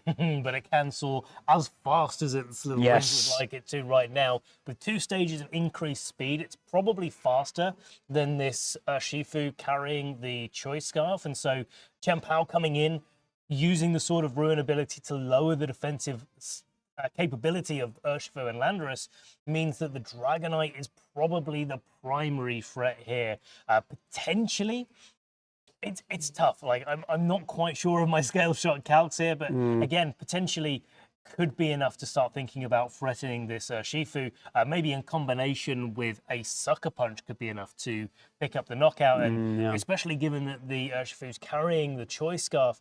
I think both of these trainers have got to be really careful about how they're approaching this. Does the Landorus just protect from the obvious ice move, or and then does Simone take advantage of that? So that is Landorus going for the protect. This Urshifu does have Ice Spinner as well, so if it can hang on, that could be taking out the Dragonite. Sucker Punch chipping away. What's going to be first? It is going to be Dragonite. Their scale shot. It looks like the Urshifu could be hanging on. It might come down to a 5th scale shot, but even then it's going to be close. That's number 3. Here comes 4. Oh, yeah, it looks like it's going down. Oh, it hangs on after 4 scale shots. That means that the Ice Spinner could well be taking out the Dragonite this turn. Its defense is solo. Just the Surging Strikes, 3 stages of decreased attack, defense on this Dragonite, and the Sword of Ruin acting against it. Surging Strikes easily enough to pick up the knockout here. And that covers for a switch into something like the Ting Lu or the Glimmora that would be taking super effective damage from the Surging Strikes there. So really well played by Charles. Of course, benefiting from the fact that it was only a 4 strike on the scale shot there. Here comes Ting Lu. We've got 2 Treasures of Ruin on the field. You've got all the defenses lowered and all of the special attacks. So all kinds of auras going on. And these Dark-type Pokemon are certainly looking to get cheeky. Yeah, Ting Lu, unfortunately for Simone, it's puts Cheryl in a bit of a better situation because Ting Lu only has access to Ruination and Sand Tomb, and that means that until Landorus is on 1 hit point, the Ting Lu actually can't do any damage or to. I'm going to start that. Yeah, here we go, Ben. Let's reset. It can't actually knock out the Landorus unless it's on 1 hit point. Ruination will always do at least 1 damage, but until it gets to 1 HP, it won't be able to do so. So it puts a lot of pressure on the Chien-Pao to be able to knock out the Urshifu with a Sucker Punch, or make the choice to target down into the Landorus after it's just protected. Right, and this is the problem. Ruination, I don't want to speak it into existence, but it can miss as well. That Sucker Punch going to fail with the freshly switched in Incineroar. Earth Power, huge damage onto the Chien-Pao. That's not going to be around for too much longer. Fortunately, the Ruination does connect this time onto Landorus, so just halving whatever HP it had remaining, but chipping away and away. Ting-Lu in a decent position here, really. There's not too much that is threatening it, although, you know, you've got the Vessel of Ruin that's reducing the special attack output of the Landorus. Incineroar, freshly switched in, could be going for a fake out here. And yeah, I mean, Chien-Pao isn't around for too much longer either, really. So really, Ting-Lu, you're going to want to deal with sooner rather than later. I think the big thing for the going towards the later stages of this game is whether or not Cheryl can preserve that Choice Scarf Urshifu for a little bit later on, and sort of keep it in the back. Of course, there is the Rocky Helmet on this Ting-Lu, so you can't even just surging strikes into it really effectively. You've got to use that Choice Scarf to be able to get an Aqua Jet towards the Chien-Pao to avoid the Sucker Punch. But if you're switching in, you're going to have to deal with a Sand Tomb coming out from that Ting-Lu, getting that KO Sand Tomb. Also not the most accurate of moves. We've seen that on stream. I think it was in the seniors finals, European International. It was, kept missing over and over again. Not the move that you want to rely on every single time. Right, the attack stats dropped of Ting-Lu and Chien-Pao here, and of course Simone down to the final 2 Pokemon, so cannot be resetting those drops at all. So it's slowly just whittling away at the damage output. Of course, that doesn't account for any critical hits that could be coming out from over on the other side of the field. Now, of course, this Incineroar does have Will-O-Wisp, excuse me, in the face of 2 physical attackers over on Simona's side of the field. We also have a sneak peek as to the Pokemon that's in the back for Sharel here, and this is why you're going to want to take care of the Ting-Lu sooner rather than later, because it will be the Raging Bolt. We haven't had a Terrestrialization come out yet in this game that could really turn the tides, but a wise protect there from Chien-Pao. I think so, yeah. Make sure that Chien-Pao survives a little bit longer. Will-O-Wisp decreasing the physical damage of this Ting-Lu, but something I'm not quite clear about is whether Sand Tomb is a physical move or a... It's a physical move. It's a physical move, yeah. Okay, yeah. So that's going to drop the damage. But then this Incineroar can't now switch out because of the Sand Tomb trapping without using Parting Shot. But also, look at that. The residual damage from Sand Tomb doing even more than the initial hit. Yeah, exactly. It's that Sand Tomb residual damage really racks up. It really does. And in this sort of slower paced game, if the Sand Tomb can stay onto the field, onto both the Incineroar and the Raging Bolt that we know is in the back, maybe that residual damage is going to stack up quicker than the poison damage. Well, Sacred Sword is going to be enough to deal with the Incineroar anyway. No need to let those Sand Tomb turns chip away at it. Leaving this Landorus on its lonesome for this turn at least. Sludge Bomb just to deal with the Chien-Pao, and now it's Ting-Lu against the world. It's got its Vessel, offering it over to Sharel's side of the field. Is Sharel going to be filling it up for it or not? Well, Ruination connecting down onto Landorus. Again, just chipping away, halving the remaining health, and so is that burn. There's no way this Ting-Lu can heal either. Here comes the Raging Bolt, but very fortunately for Sharel, still has the option to Terrastalize.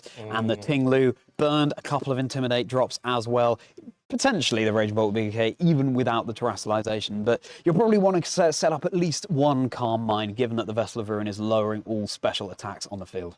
I think, you know, at this stage, it's the Landorus that really does make the difference in this particular matchup. The fact that Simone is going to have to try to use Ruination turn after turn after turn. I was just trying to do the calculations in my head. I think it's 4 or 5 Ruinations to maybe even more than that. It might be 4. I think it's 4. Yeah. Yeah, 18. Because the Landorus is on 18 right now. Yeah, so 18 goes to 9, goes to 5, goes to 3 or 2. But the battle is forfeited anyway, because recognizing that the Ting-Lu cannot do much against the Raging Bolt there, really, even then. Yeah, I mean, it's just so difficult. I think a lot of Ting-Lus that we've seen in a lot of different teams where it's become a little bit more popular in Regulation Set F, they're running more offensive options. Maybe they're running Ruination as well, but they've also got Heavy Slam to deal with Pokemon like Fluttermane. They've got moves like Stomping Tantrum just to do that little bit more damage rather than just go for the trap. But in this particular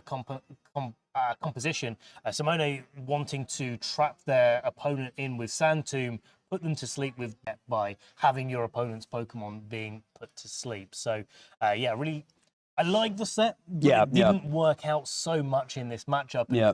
Charo, I think, took really good advantage of that, just targeting the Pokemon that he needed to target at the right times. Right, for sure. And I think also when, for Simone, you're dealing with, Dragonite was out on the field of me, and the main damaging move Simone was going for really in that battle was Scale Shot. And when you're dealing with a move that can hit 4 or 5 times, that makes a huge difference. That means it's sometimes falling short of knockouts that a straight up one-hit move could secure.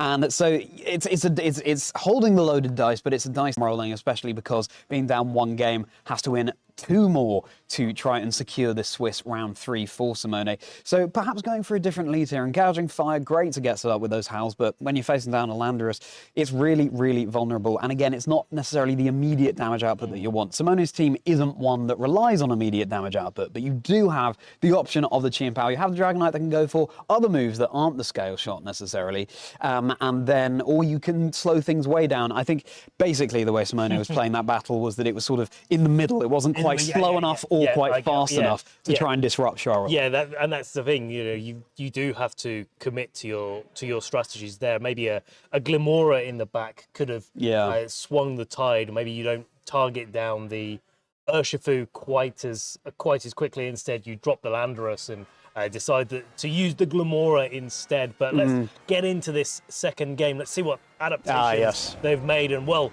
Charlie, you were talking about commitment. Here is commitment to slowing down the game.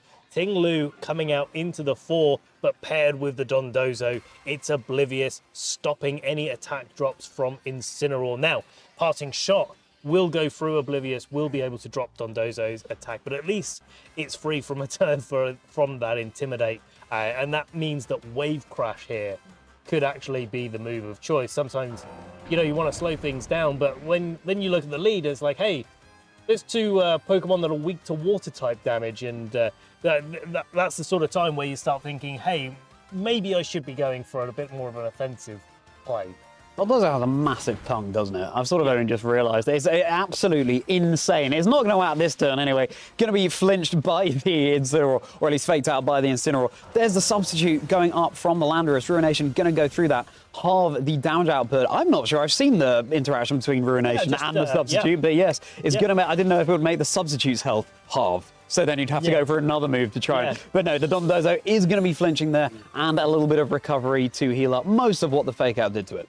I like what Charles trying to go for here, getting the Landorus feeling a little bit safer there, but Ruination, doing the damage to the whole health bar. And the substitute taking the brunt of that.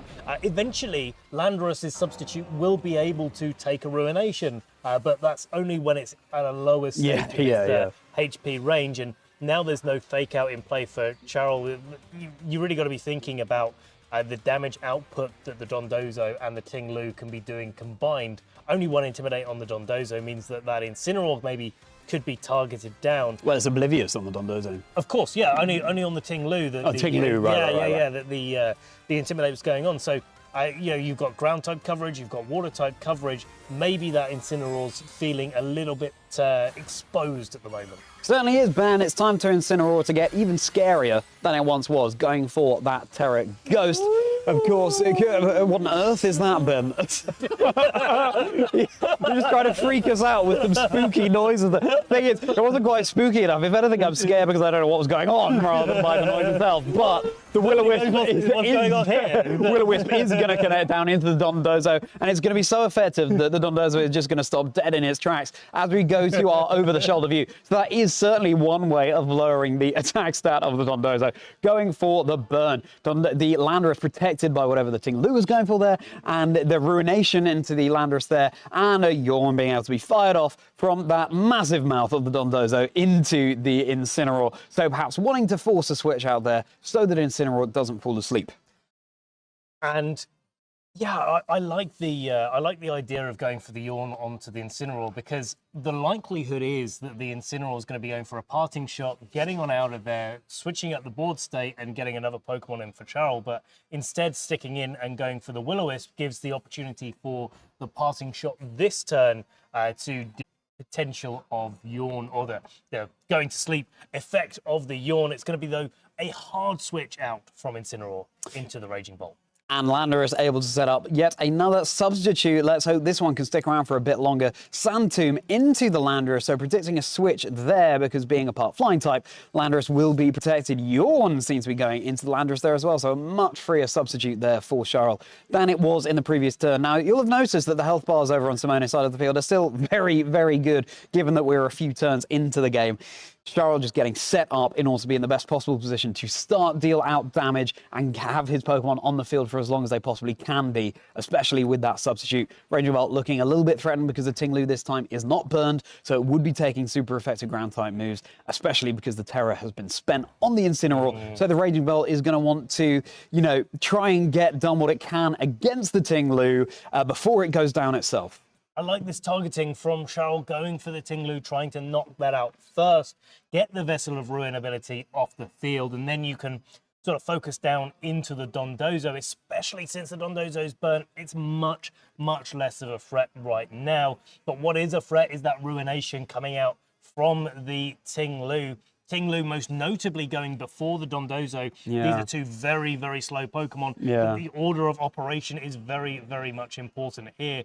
Breaking the substitute, giving the Dondozo way to be able to attack into that Landorus, but instead choosing to get the Yawn off onto the Raging Bolt, not let those Calm Mind boosts that it's getting up go a little bit too far. Right, and Tinglu, of course, here isn't actually running a move like Stomping Tantrum. The only ground-type move is Sandtomb, and that's why Ruination, even when you're burned, is so good, Ruination being a special attack, but either way, it just halves the HP bar of the opposing Pokemon. So Raging Bolt is actually safer in front of this Tinglu than it might be in front of other builds. It's got a Calm Mind up, and of course, Vessel of Ruin, lowering the special attack of everything on the field, so it's going to want to boost those stats as much as it can, but then, of course, being yawned is just going to be falling asleep, and then you're prey to exactly the kind of playstyle Simone likes with this particular team. Very slow and steady. Your opponent sort of paralyzed without actually having the status condition of para, unable to really retaliate. And the Intimidate coming in from that Incineroar on the switch in, so Charl choosing not to go to sleep with the Raging Bolt and sort of stick on in there, instead taking the Sandtomb with the Incineroar, getting another Earth Power onto the Tinglu and making sure that it's dropping its health down even further. But there's the Wave Crash, the effect of the burn going so well here for Charl.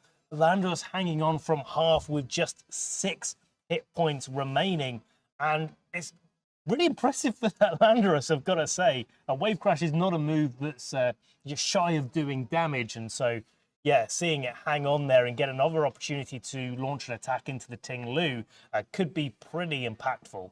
Interesting that the Incineroar here, I'd say that normally the move that you drop in favor of Will-O-Wisp would be the knockoff, but in fact it's the Flare Blitz for the Incineroar over on Charl's side of the field, which is actually quite good in this matchup because you're not going to want to Flare Blitz into a Dondozo. Will-O-Wisp is so crucial for this particular matchup into Simone, because you can see the effect that it's having. That Dondozo is really, you know, it's very threatening on the field for throwing out those yawns, but the damage output is lacking, and fundamentally Pokemon is a game about taking knockouts. I also want to give a quick shout out to the fact that in some camera angles you can see that there's still an item remaining to be picked up on top of the roof of Nemona's house here, so keep your eye out for that little Easter egg item as Tinglu is going to connect the Ruination into the Urshifu. Ruination does so much damage at the start of a game where Pokemon haven't taken that much damage. It's doing half of a health bar there.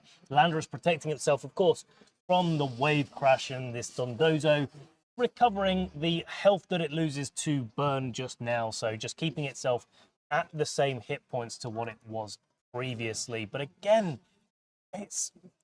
Yeah, you feel in this situation like Charles got a lot of offensive capability that he's put onto the field. He's attacked and attacked and attacked, but it's Simone that's really done more damage overall. Yeah, I mean, yeah, the yeah. Landorus is sitting at pretty low HP. There's a little bit of chip on the Incineroar. The Urshifu is at 50%. And Simone still has 2 Pokemon yet unrevealed, and we know that that's the more quick-paced and more damage-dealing part of his team. And so this is one of the strengths of Dondozo and Ting Lu, where they're trying to just whittle down the opponent and trying to do that little bit of damage, a little bit of damage, a little bit of damage, pave the way, clear the way for those Pokemon in the back, especially, you know, using every tool at their disposal, just like that Rocky helmet onto the Ting Lu. Yeah. Such a nice item choice there. Wondering where the Rocky helmet would go on the Ting Lu, given its head is essentially a big bowl, but still somehow able to activate there. Sludge Bomb connecting down into the Dondozo. Dondozo not so known for its special defense, so dealing a good chunk of damage. Possibly the most excessive wave crash I've ever seen, dealing with those 6 HP on the Landorus there, and a tiny bit of recoil, and a little bit of burn as well. And it's the first time, we're not even going to see Dondozo's health bar go into the orange, but it's going to happen at some point, we hope, trainers, at some point in this matchup. Yeah, keep things nice and even with a Pokemon knockout apiece here, and the Ting Lu getting knocked out. It's done what it needed to do. It's taken away a lot of the damage that the Landorus has been able to put onto the field, but now the Landorus is gone, and at the same time the Ting Lu is gone, so almost the timing of Simone here is really, really impactful. As the Dragonite comes out, we know the Urshifu locked into Surging Strikes is not going to be very effective against Dragonite, gives the Dragonite a lot of room to maneuver here, get those scale shots going, get the speed boost, maybe make itself faster than the Urshifu in the end game if Charles decides to switch it out because it's not doing a lot. Maybe you need to swap to using Ice Spinner or Close Combat, but by the time it comes back in, if that Dragonite has got its scale shots going and is faster, it's going to be able to do the required couple of hit point damage to be able to knock it out. Yeah, and if it is that gouging fire lurking in the back, you could switch that in and start howling to get that Dragonite going even further. Extreme Speed attempting to pick off the Urshifu, but a switch into Raging Bolt as Will-O-Wisp is going to connect on the Dragonite, feeling a little bit too toasty for comfort there with its attack stat nice and lowered for Simone. Now there's Yawn coming out into the Incineroar. Time for a little catnap in a turn for this Incineroar. Leftovers activating on the Raging Bolt to try and keep it as healthy as it possibly can. And this is exactly what we were talking about, Ben. This is the much slower mode of play that Charel seems to be struggling a little bit more with. But at the same time, you've got the Dragonite burnt now, and we saw the effect of that in Game 1. Even after the couple of howls, the Dragonite really wasn't able to do that much damage.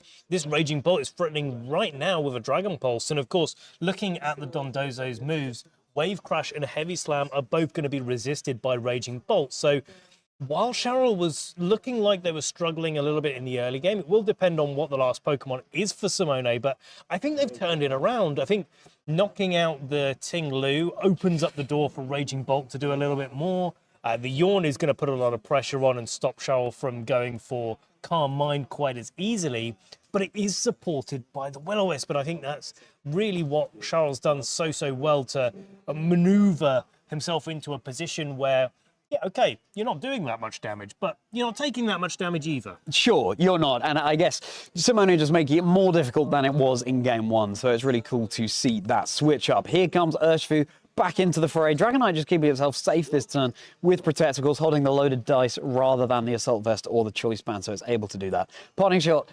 hopefully going into the Dragonite there, but protected. So, of course, its stats are going to remain the same. That's Yawn coming down into the Urshifu, and this sleepy bear is going to be feeling the effects of that if it doesn't switch out soon, as Dondozo has its health bar nice and stable thanks to the leftovers as well as the burn. But is that Incineroar going to be taking that this turn? I'm pretty sure did it take a Yawn on the switch in? Something did. I think, it did. Yeah, of course, going for his catnap, yeah. Yeah, so many stages conditions. It's Yawn just turns out to be the last one. Yeah. That we were waiting for there, and that's actually, again, it's going to make a pretty big difference, a kind of swing to the output of Cheryl's team here. If the Incineroar went for a parting shot into the Dondozo that turn instead, we'd be looking at a much different end game here. But because the Yawn has gone off into the Urshifu, there's only so much switching that can be done. But there Yes, we go. there we So go. this time, it's just an Ice Spinner getting a clean KO on that Dragonite. Yeah, Extreme Speed could have maybe picked off the Urshifu, but the burn could have been close. Wave Crash doing minimal damage into the Raging Bolt there. And now Simone down to the final 2 Pokemon. Charl has, I believe, 3 remaining. The Urshifu, though, on very low health indeed. Raging Bolt doing its best on Dozo impression with the leftovers there too. So the question is Simone going to have enough offense left in the tank to deal with what Charl has? It all comes down to the last Pokemon and how they can be positioned, because going for the Ice Spinner, yeah, you get the knockout on the Dragonite, but you go to sleep at the end of the turn. So there's a lot of a mind game there as to whether or not that's going to be most effective to do. Now you've got to wait for the Urshifu to wake up. You've got to wait for the Incineroar to wake up. Neither of them have taken their required 1 tick of sleep yet, and so that gives Simone a lot of space to work with here. Raging Bolt can go for an offensive move. It can start trying to deal with the Chien-Pao. Thinking back through the game, we've had quite a lot of turns going on, but I think, oh yes, it was the Ghost Terror. Yeah, exactly, yeah. So the Raging Bolt cannot now Terror away from the super effective, is it Ice Spin? Yeah, it's going to be the Ice Cold Crash, actually, which is a move that can miss, but we'll have to see if this Chien-Pao is feeling accurate today. Charl bringing the timer right down to the in. It's dropping down and Intimidate onto these 2 attackers, onto the Chien-Pao at least, on those, of course, with the Oblivious ability. Even though it's asleep, it can still do that. You know, scary animals are still scary when they're sleeping, it's true. Now it's finally time for the Terror to come out from Simone's side. It's going to be the Chien-Pao, trying to go faster, and this one is the Stellar Terror type, so it's going to be boosting for 1 turn only each individual type of move that it has. That means 1 boosted Ice Cold Crash. That's coming out here. No Protect from the Raging Bolt, and it's going to connect, and it's going to be enough for the knockout with that Sword of Ruin, dropping the defenses of everything around it. Simone has slipped the switch and has the foot firmly on the accelerator, having been so slow and steady up to this point in the game. Wave Crash just chipping away at the Incineroar. This Chien-Pao is really coming in clutch for Simone now. And no ability for the Incineroar now to switch out Charl down to their last 2 Pokemon. And so that Chien-Pao, I think, is going to be really quite grateful for that. It's going to be able to go for a Sucker Punch. It's going to be able to go for, which will be super effective now on the Incineroar with its Ghost Terror. Yeah. It's going to be able to go for a Sacred Sword to knock out the Shifu, which hasn't yet burnt its 1 turn of mandatory sleep. And so, yeah, it's sort of one thing after the other. After such a slow game, such a steady game, all of the sort of dominoes fall one after the other.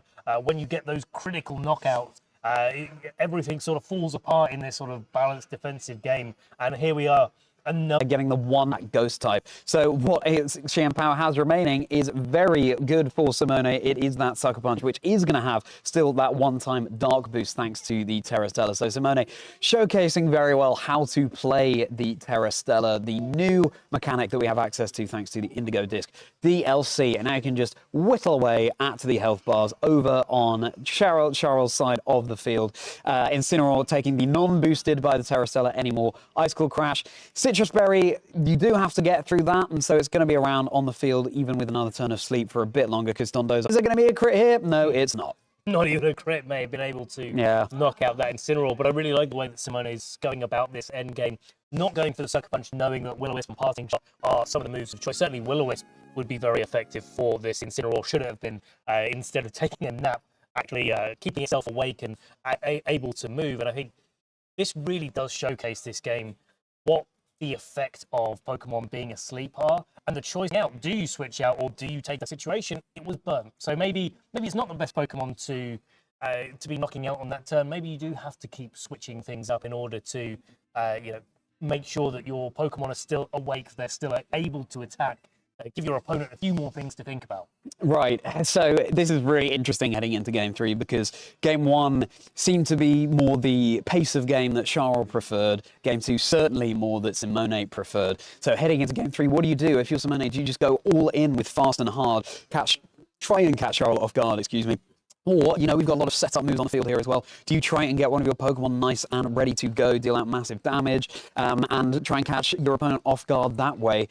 I think there are so many options. This is the team composition that Simone in particular is running means that it's very hard for Charl to cover for every single mode of play that Simone could throw out. So really fascinating to see how these players will approach Game 3. One common thread that I'm sort of seeing is the potential for Ogerpon Half Flame to make or break the matchup. If he goes for a Sword Stance, if it's just going for Ivy Cudgels and even Grassy Glides, it doesn't even need the Rillaboom to support it here.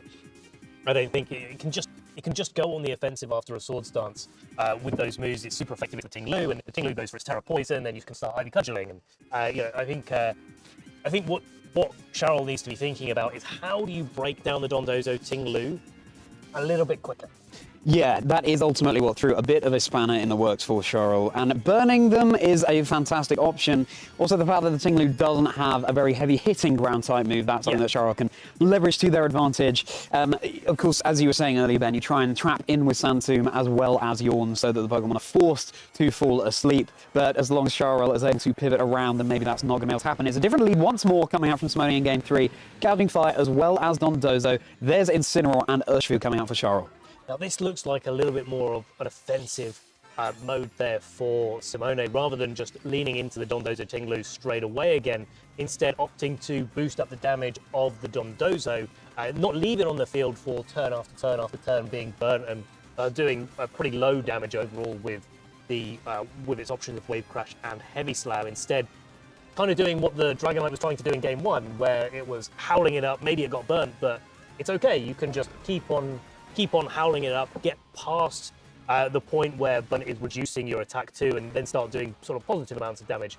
Looking at Charles' side, there is no Landorus this time. And I think the Gouging Fire is going to be really happy to see that, because it's tough to be able to take out in this situation. There we go, Fake Out, and the Howl's getting going.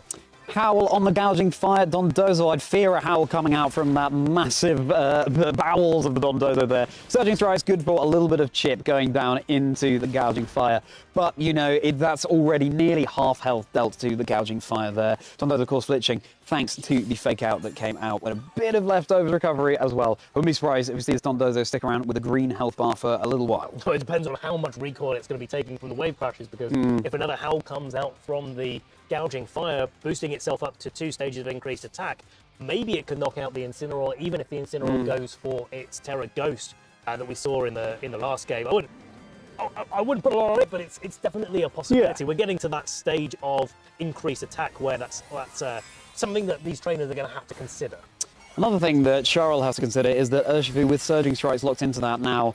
Surging Strikes always crits, which is kind of another way of saying it never crits. It never does any more damage than you're expecting. So if that, you know, the Gouging Fire brought down to just above half health, it's probably going to survive if it's just the Surging Strikes going in there. Yet another Howl coming out from Gouging Fire. I think getting noisy on the field. There's Surging Strikes. That's one hit. Here comes the second hit. The third hit is not going to be enough. Depends if this Incineroar has targeted down into the Gouging Fire or not to try and secure the knockout there. Will-O-Wisp is going to try and connect on the Dondozo. That's going to be a miss, though. Wave Crash now. It's no longer super effective. The Incineroar still down to just a fifth of its health, thanks to a couple of Howl boosts and 0 Intimidate on the Dondozo. That Gouging Fire is now at 1 stage of increased attack. And I'm wondering if it's getting to the stage where, well, certainly a Heat Crash now that the Incineroar no longer resists it, but also Broken Swipe is going to be doing a good chunk of damage as well. And that's definitely something that you've got to be considering if you're Cheryl, because your Urshifu has done pretty good work so far. It's not been able to pick up the Gouging Fire, though, but the Gouging Fire, being faster than the Choice Scarf, Urshifu is easily going to be able to knock out this Incineroar. Chills and thrills brought by the Terra Ghost Incineroar there that cooled down just enough for the Heat Crash to be able to secure the knockout rather than being a resisted hit. But that is Gouging Fire bound as well. But crucially, this Dondozo is not burned, and it was burned in the second game that we witnessed just now. That could really turn the tables in Simone's favor. You can see how much the Wave Crash did into Urshifu there with 2 Howl boosts. It's on just above half of its health, even though it was a resisted hit. And look at the Pokemon Charl has in the back. This Dondozo is fast becoming the whale to deal with. Yeah, this is... The Dondozo's having a whale of a time. There we go. Yeah. I'm just gonna. No, it was great. I loved it. I loved it. And Ogerpon's looking a little bit grumpy at the pun you just made, but hey, look, we all enjoyed it here. Put your mask on, Ogerpon, and enjoy the puns coming out this weekend. And yeah, certainly the Dondozo is going to be the Pokemon to beat now. Ting Lu coming in for Simone, maybe trying to now cover the weakness that Dondozo has to special-based moves. Certainly the Landorus that could have come in, that we know is in the back four, Cheryl would have done maybe a little bit more overall, but the Ting Lu's just protecting it and just making sure that it can Wave Crash after Wave Crash after Wave Crash. Ting Lu is going to be the Terra option of choice right now for Simone. Is going to have that Skull and Crossbones on its head. All aboard the good ship, Ting Lu. And here comes Surging Strikes, no longer super effective into the Ting Lu. but thanks to the Rocky Helmet chip, it's going to deal a significant amount back to the Earthshoe. I think we're just in the range where the Rocky Helmet is doing slightly more than Surging Strikes, perhaps, or around the same. So Ting Lu down to about a quarter, the Earthshoe on such low health now, and this Dondozo seems to have free reign, really. Ivy Cudgel Fire type coming down into the Dondozo, going for the critical hit there, and it looks like it got it. So at least the Dondozo has had its health bar removed a little bit. Santoon is enough to pick up the knockout there. Okay. Not 100% accurate, but it did find its mark right then. And the wave crash going to be the last turn for this Dondozo, launching out into the Ogre. It's a one-hit knockout here.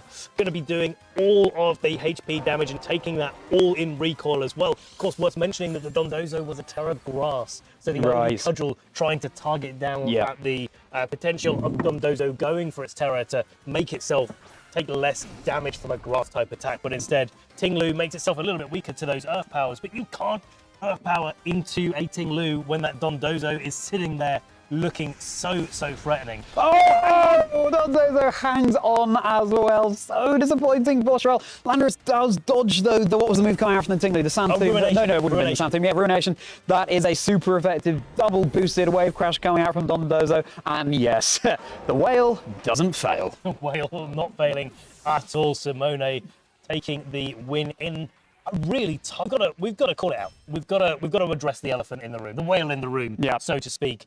That Will-O-Wisp on turn 2, turn 3, going into the Dondozo. The Incineroar, I didn't catch it beforehand, but the Incineroar being faster than the Dondozo. Yeah, okay, the howls go off, but you can neuter that damage before it even comes out onto the field, unlike Dragonite, which was, one of the sort of speedier Pokemon that were taking benefit from the howl. Instead, the Will-O-Wisp coming out and not connecting meant that the Incineroar took more damage than it needed to. That might have put it in a place, if the burn went off, where the Heat Crash from Gouging Fire would have maybe needed to know how to be able to knock it out.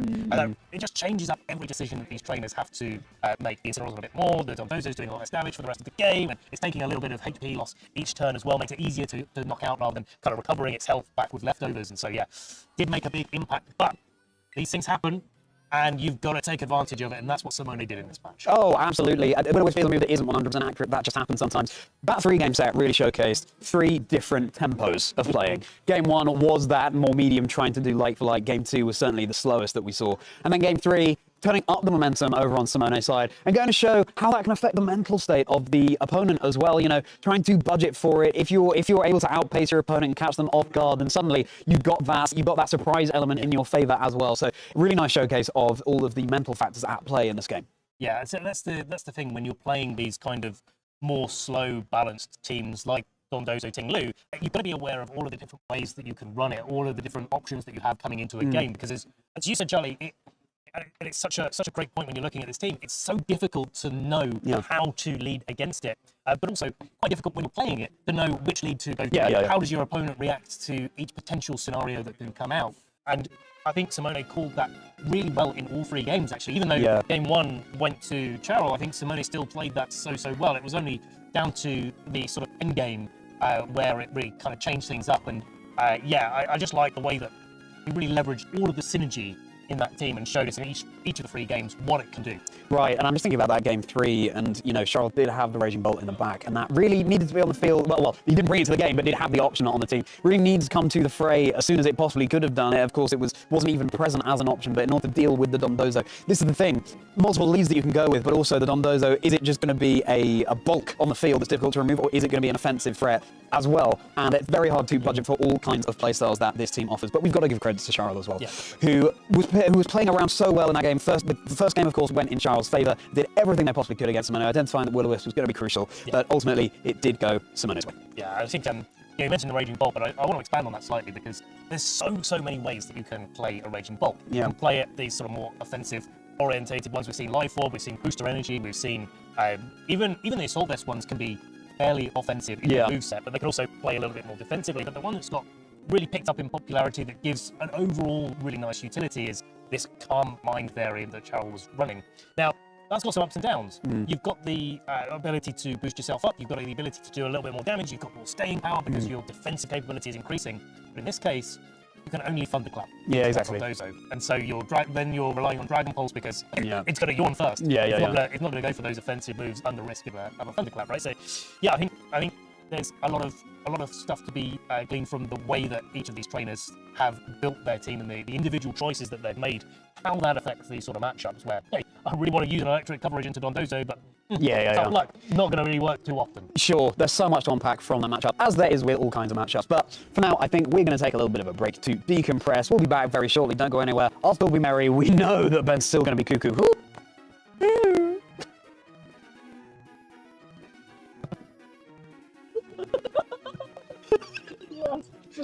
That's a great bit when head in hand. I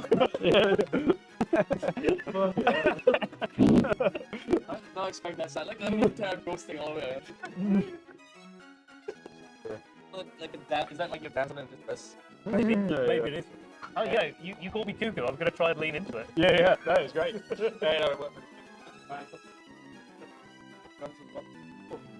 I climb right.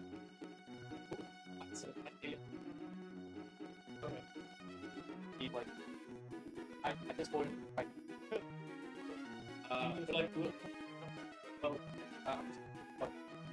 things. Up your reach.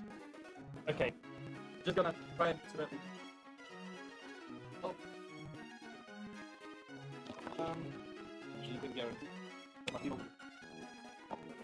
You have.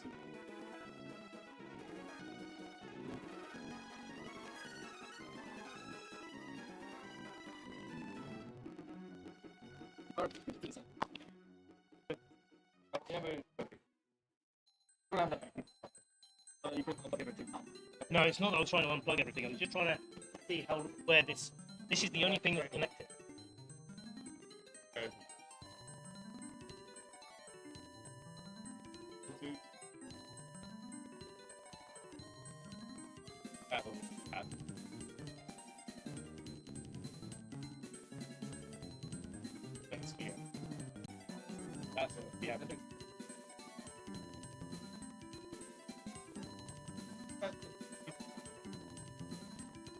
That is big bat. Okay, so this is not the full. That is yeah.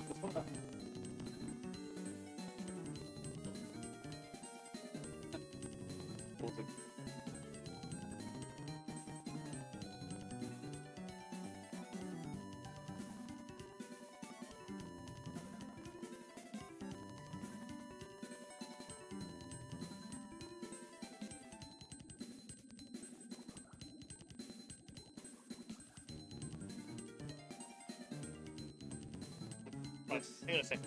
Before you move, I'm just going to move this arm. Oh yeah. So that is going to stay here. We'll sort it out. Hey, can I get somewhere else? Yeah. You're clear. You can move. This as well.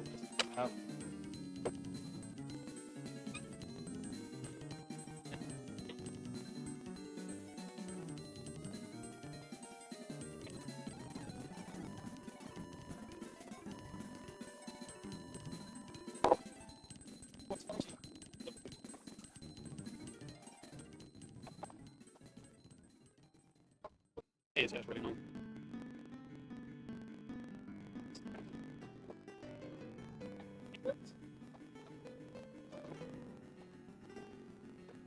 that one goes in the. I'm gonna take this one.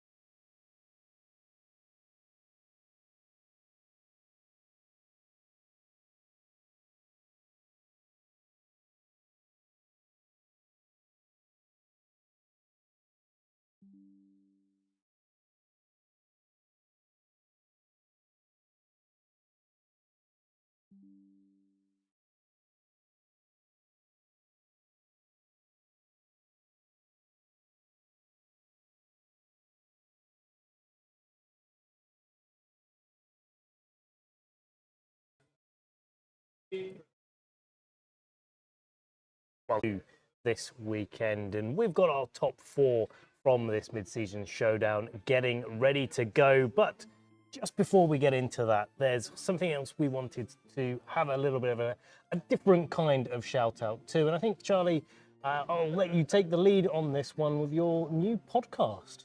Well, very briefly, yes, thank you very much for that invitation, Ben. Chisingdra Chats, a show where we take a stroll through the life stories of people in the Pokemon community, discovering the 6 Pokemon on their dream team along the way. Exactly what it says. You just, apologies about that. We have a new guest each week, and we learn a little bit about their life story and the 6 Pokemon that's special to them in some way, not necessarily the most competitively viable. We get to learn a little about them, and I think sort of Pokemon a trainer picks says a lot about them themselves as well, and fun community questions coming in too. It's weekly, people from all over the competitive community, and hopefully outside competitive soon as well, from Trading Card Game Go as well as VG and even Unite. So yeah, make sure you're tuning in. New episodes drop every Wednesday. Definitely have a look. Yeah, absolutely. Because I've been watching along every single week, and I've had a lot of fun watching it. Oh, well, it's thank been you. great to. I've learned so much about people that I actually know quite well. Coming out of this, because we talk about the competitive aspects when we're interviewing players at regionals, internationals, etc. But we don't get the time to have that deep dive into the person behind the Pokemon, and I think that's what Charlie's podcast does really, really well. Oh, well, thank you so much, Ben. Appreciate it. So, get tuning into that if you would like. I'm Chisingdra on all social media. Chisingdra is the YouTube channel as well. But we are here in Belgium, and we are shortly ready to get into our first of 2 top 4 matches on stream. And here they are. Joshua van Sandyk versus Pros Leermans. That is a Gallade on stream. Gallade was so good in the first day of the MSS yesterday, and it's here today as well. Will it be able to go all the way once more? We had a Gallade mirror in the finals. Pros is going to do everything they can to try and stop that from happening from perhaps a slightly more familiar Ursaluna composition, but neither of these teams are what we would call standard or balanced. No, definitely not standard, definitely not balanced teams that really do want to take advantage of everything that they have going for them, really leverage their offensive potential. Once again, just like yesterday, Joshua eluding us through the Swiss rounds, and we get to see him in Top Cup competing. He did very, very well in the mid-season showdown yesterday with exactly the same team. The Indeedee, Hatterene, Urshifu, Single Strike, Torkoal, Gallade, and Lilligant. And of course, Pros we saw earlier on today in that Golden Go mirror that he was playing, but it was the Ursaluna that was the star of the show in that matchup. Porygon 2 setting up the Trick Room, Ursaluna, well, just hitting things. Yeah, exactly. But what it does best, a bash bear. Golden Go mirror, but we saw nary a Golden Go come out on stream earlier. Perhaps we will this time. Though you've got the Torkoal to worry about there. Golden Go, pretty reflective surface, that, isn't it, as a Pokemon? Yeah. So, mirror is the operative word there. Porygon 2, I've been giving it a lot of shout-outs this weekend. We once again have Trick Room mind games going on here. Seems like the Belgian MSS is where the Trick Room all comes out. We haven't seen it too much in the regional championships, but here, lots and lots of Trick Room to go around. Now, Porygon 2 finds itself in an interesting position here, doesn't it? Because in the face of a Gallade, that's threatened by a fighting type move. You go Terra Poison, and it's threatened by a psychic type move. So, Porygon 2 possibly has the worst end of it this time, but that's where your other tools that Pros has available come. Gallade, I'm definitely not a Galset anymore, but we're not going to see it coming out in the lead here. Instead, that Hisuian Lilligant that we spent some time discussing when we saw Joshua play this team yesterday is going to be coming out. I've been talking to him today. He has been favouring this Lilligant a little bit more than he was yesterday, and that's a nice way to adapt from one day's tournament to the next. You can just change things up and figure out a different way to maybe play your team even more effectively than once you were.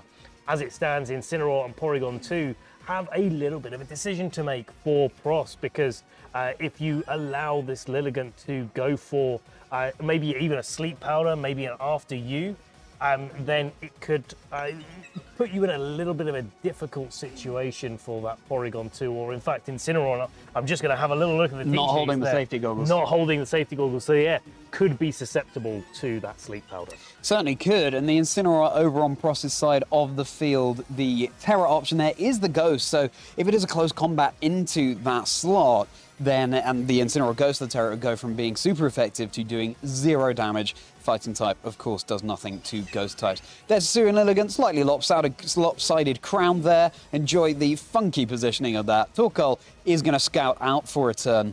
Incineroar attempting to fake out the Hisui and Lilligant there, so a wise option for the Terra. Close combat into the non-Terra'd Incineroar, 100% accurate, unlike a Sleep Powder. Is that Incineroar going to have its Figgy Berry? No, it's just out of range of that. Ooh. So Terra Blast into the protected Torkoal. The Incineroar, that could work out playing against the Incineroar.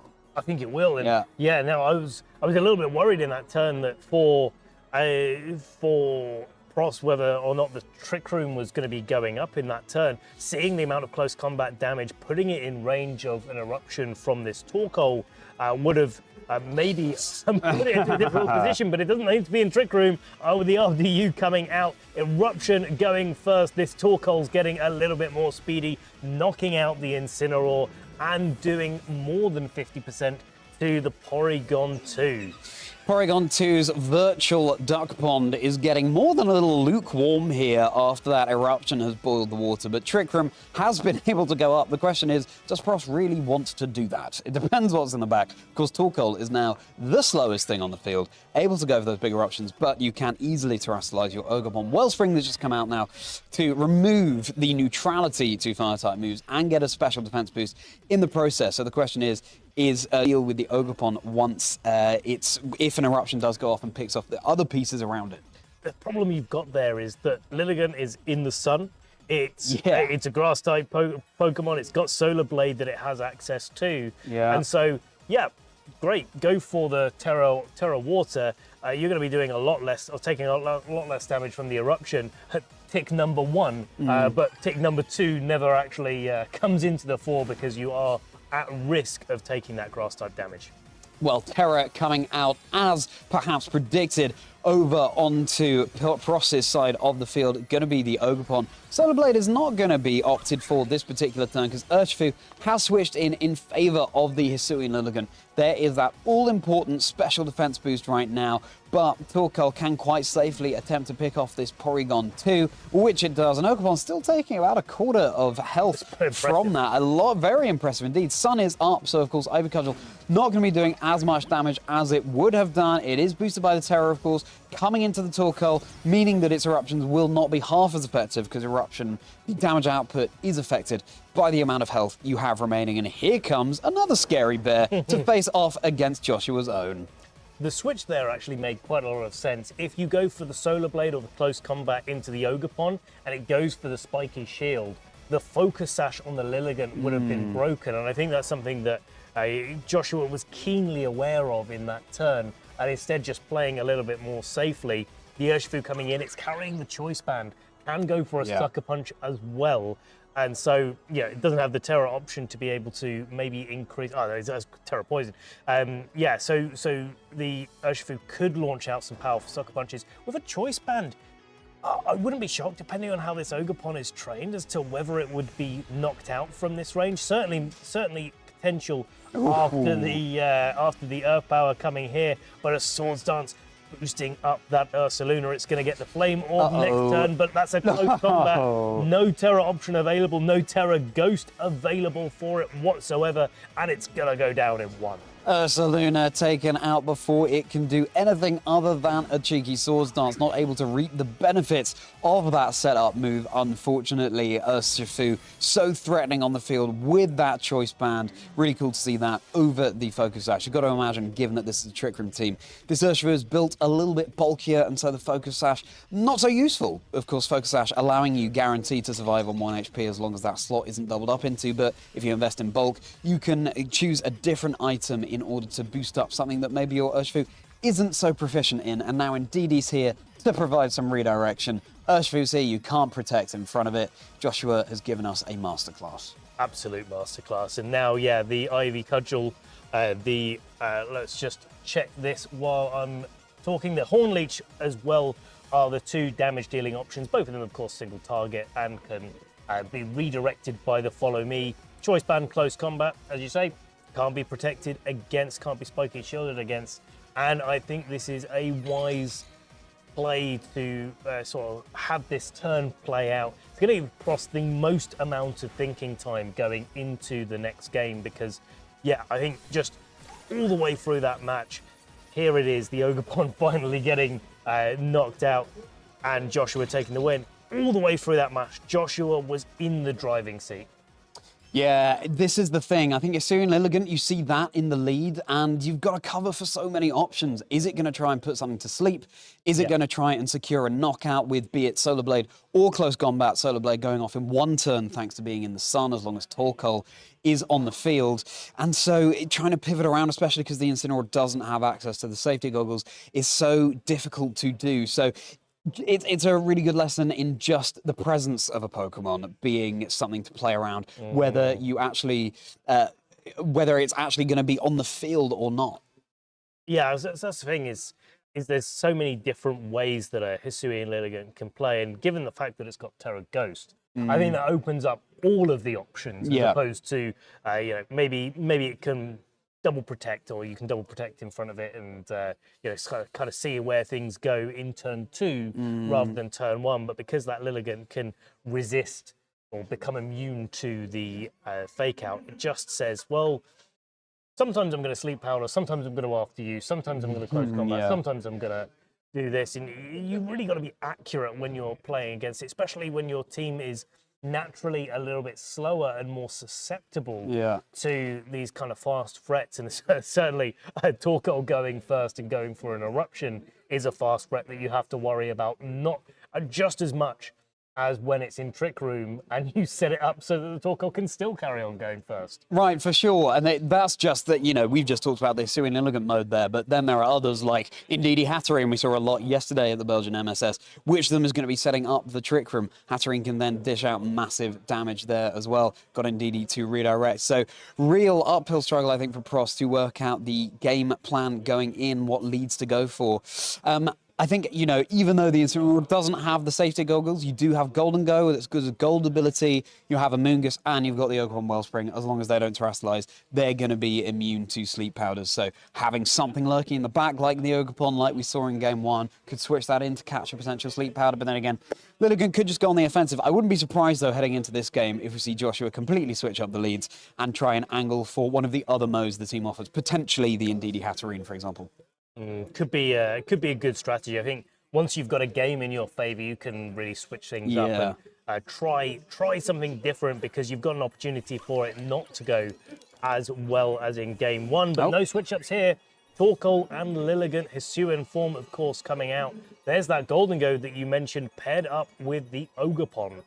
Yeah, Golden Go is now in a really threatened position, being a Steel type in the sun, facing down a Torkoal. Of course, again, the Ivy Codgers aren't going to be doing as much damage, but any damage is useful against a Torkoal that can have its health bar dwindled and the eruptions at that as well. Golden Go potentially could still be having a Terra forced out of it, or you could switch into something like the Incineroar in order to take something like an eruption so much better. But again, both Golden Go and Ogerpon immune to the spores that can be coming out here. But as we've been saying, this Lilligant has so many tricks up its chlorophyll-bound sleeves. We're going to see a Terra kicking off this turn. Golden Go with the Terra, a defensive play, making sure that that Steel-type Pokemon is no longer taking at least super effective damage, but that Torkoal is still going to be putting on pressure to the board. Follow Me taking away any damage-dealing moves, but not the sleep powder. After you, potentially, but it's actually the Solar Blade that's going to be coming out. That's going to be going down into the Ogerpon. A neutral hit here, but it was no After You coming out from Lilligant. That is such a cool animation. Ogerpon brought down to about a quarter of its health. Mega Rain going off first, dealing a lot of damage to the Lilligant, brought down to its Focus Sash. thanks perhaps to the critical hit, although Lilligant is not the bulkiest Pokemon. Torkoal, though, with its health a little bit reduced now, so Eruption not hitting quite as hard, but in fact, it's going to be the Heat Wave just in case of any unexpectedly high damage rolls that could be coming out on that Pokemon. And Heat Wave enough now to pick up the knockout onto the Ogerpon. Golden Go, its health, well, thanks to the leftovers, brought down to about 50%. If that was the Ivy Cudgel and the Shadow Ball going into the Torkoal, Heat Wave definitely would have been the play. I think they're probably the health range that the Torkoal's at the moment. Eruption and Heat Wave, pretty similar. Eruption doesn't miss, of course, in the way that Heat Wave can potentially, but that wasn't a factor coming into this turn. And a really clever play going for the Solar Blade, just doing a lot of extra damage. If it was the Ogerpon that had decided to Terra, then it would have been knocked out in that turn. But now that the Golden Go's Terra'd, it's opened itself up to being hit for neutral damage by Grass-type moves. And is on the field looking pretty difficult to be able to deal with quickly. Well, it's going to be Ursaluna not liking the face of what's threatening it right now. A Moongus coming in.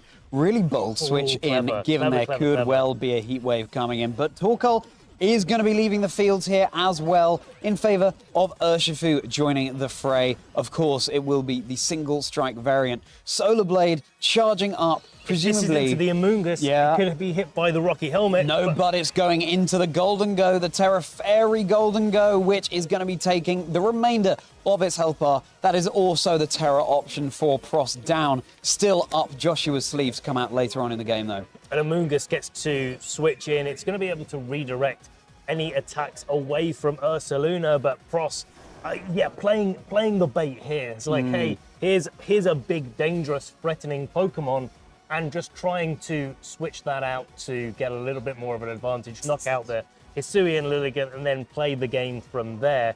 As it stands, I think as bait goes, not as good as other options maybe, because Ursaluna likes to protect itself more commonly. I think that made it more easy for then Joshua to commit to the Solar Blade into the Golden Go instead. But of course, that's the Pokemon that you've got at your disposal. You've got to give it a go. Yeah, and you've got to fear this Ursaluna as well, because it does have the Swords Dance up its sleeves. Solar Blade is going to be connecting down into the, well, in fact, can't be redirected by the Amoongus, thanks to being a grass type. So Solar Blade just going into the Ursaluna there. Super effective hit. Not enough for the knockout here. Wicked Blow following up. Can't be redirected because Urshifu is not a grass type, so it is affected by the Rage Powder that Amoongus threw out at the start of the turn. Getting the recovery thanks to Citrus Berry. Of course, it cannot switch out and recover thanks to Regenerator, being one of the final two Pokemon left on the field. Facade not boosted at that point by the burn, the Flame Orb not having activated yet, but now Guts as well as Facade has been boosted. Looks like the writing's on the wall. Huge congratulations to Joshua for clearing up that set against the fantastic Pross. Pross really just, I think, struggled to have the tools available to him to be able to deal with all of the options that Hisuian Lilligant was kicking out there. But equally, you've got to give Joshua credit for the accuracy of his play, going for not the sleep powders, accuracy in two ways, right? Not going for those moves that have a chance of missing, instead just trying to leverage as much as possible those moves which give him an advantage every single time, knowing that the matchup was enough in his favor to be able to use that Hisuian Lilligant in game two. Let's talk about all of those Solar Blades. They did so much damage. They really did. So much potential that a Hisuian Lilligant can go for. It didn't even click Sleep Powder once in the set that we just saw. And it goes to show it's quite a frail Pokemon, hence it was holding the Focus Sash, but goes to show the options that it can provide you with if you get it in the right position. And I think that is a really big if. Joshua played it so well there, but you cannot expect every game that you play with Hisuian Lilligant to go that well. You can pivot around, make sure that you neutralize that threat. I really like how Pross tried to adapt, going for the Ogerpon and the Golden Go lead in order to be immune to sleep powders that could have been coming out. Seemed like yesterday was Gallade's day, but today could it be Hisuian Lilligant's? It could be. Well, it could also be Gallade's.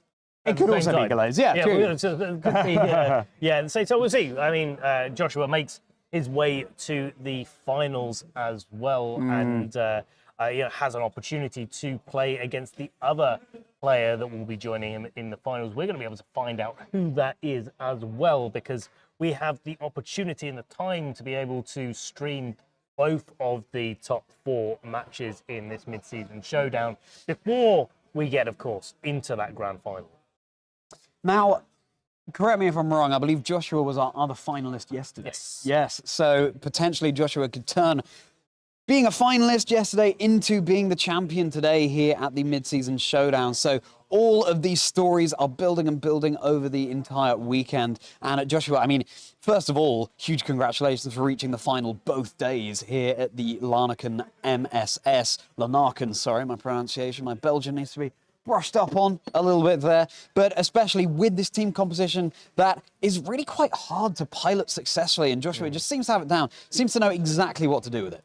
It's one of those builds that's so powerful, in fact, that we're going to have to take a little bit of a breather before we get into our next top 4 games. So stick around, trainers. We'll be right back with our second top 4 at the Lanaken mid-season showdown. That was close. Close.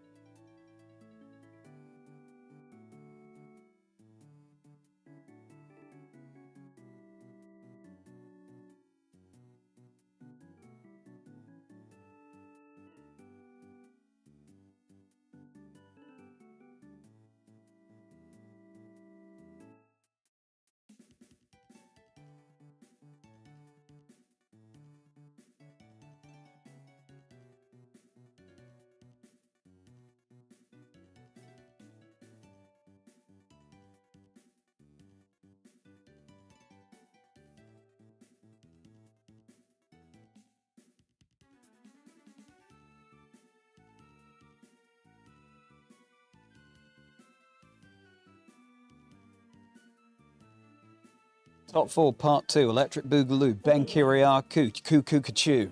That's right, trainers. We're back here for our second top 4 match at the Sunday at Lanaken mid-season showdown. When I started talking, like most times, I ended up Just like the rest of us, Charles. We have never have any idea where it's going to go. I thought I was meant to be the cuckoo one, right? But maybe we need to switch nicknames there. I don't know. Ben Kyriakou, merry by name, merry by nature. I don't know. It did bring us a lot of mirth as well, so there was still merriment brought by that. But anyway, things are really heating up here. We have another showdown between the Netherlands and Belgium, just like we showcased just now in our first top 4 match. Nick from the Netherlands on the left of your screen there, and that is Kai Elst from Belgium on the right, on the home turf. There's Machamp and Indeed Beware, 2 fighting on the right, on the home turf. There's Machamp and Indeed Beware, 2 fighting types, ready to welcome us into the dojo, and it certainly will be a dojo on stream right now. Looking at Kai's team, you've got the Entei as well as the Iron Bundle. Now, Entei, Pokemon that we saw quite a bit at the beginning of Regulation Set F, not so much recently. Iron Bundle, not really at all in Regulation Set F. I feel like we haven't really seen Iron Bundle properly for since, a while. What, Regulation Set C? C, maybe, yeah. Maybe a little bit of D as well. Maybe Yeah, a little. Of course, we didn't see as much Principally Regulation C, I'd Set say, yeah. D as we did see, but it hasn't been here for a minute. So good to see that coming back and doing pretty well. Of course, we know all of the support options that it has available to it with its booster energy, boosting speed and icy wind. It tends to do what Fluttermane likes to do in Regulation Set F more commonly. But going over onto Nick's side, we've got the Tornadus Incarnate, Fluttermane, Ogerpon Half Frame, Raging Bolt, Urshifu Single Strike, carrying the Choice Band. And I've seen a lot of Choice Band Urshifu Single Strikes in Lanaken. And of course, Landorus carrying the Life Orb. One thing that we were talking about before we came on, having a look at these team sheets, was the differences and similarities between these Raging Bolts. One being Kai's side being Terra Fairy, and dropping the Thunderbolt in favor of Electro Web, whereas Nick playing a little bit more offensively, using Terra Electric to take away the Dragon typing, but keeping that Thunderbolt coverage, not having instead any speed control.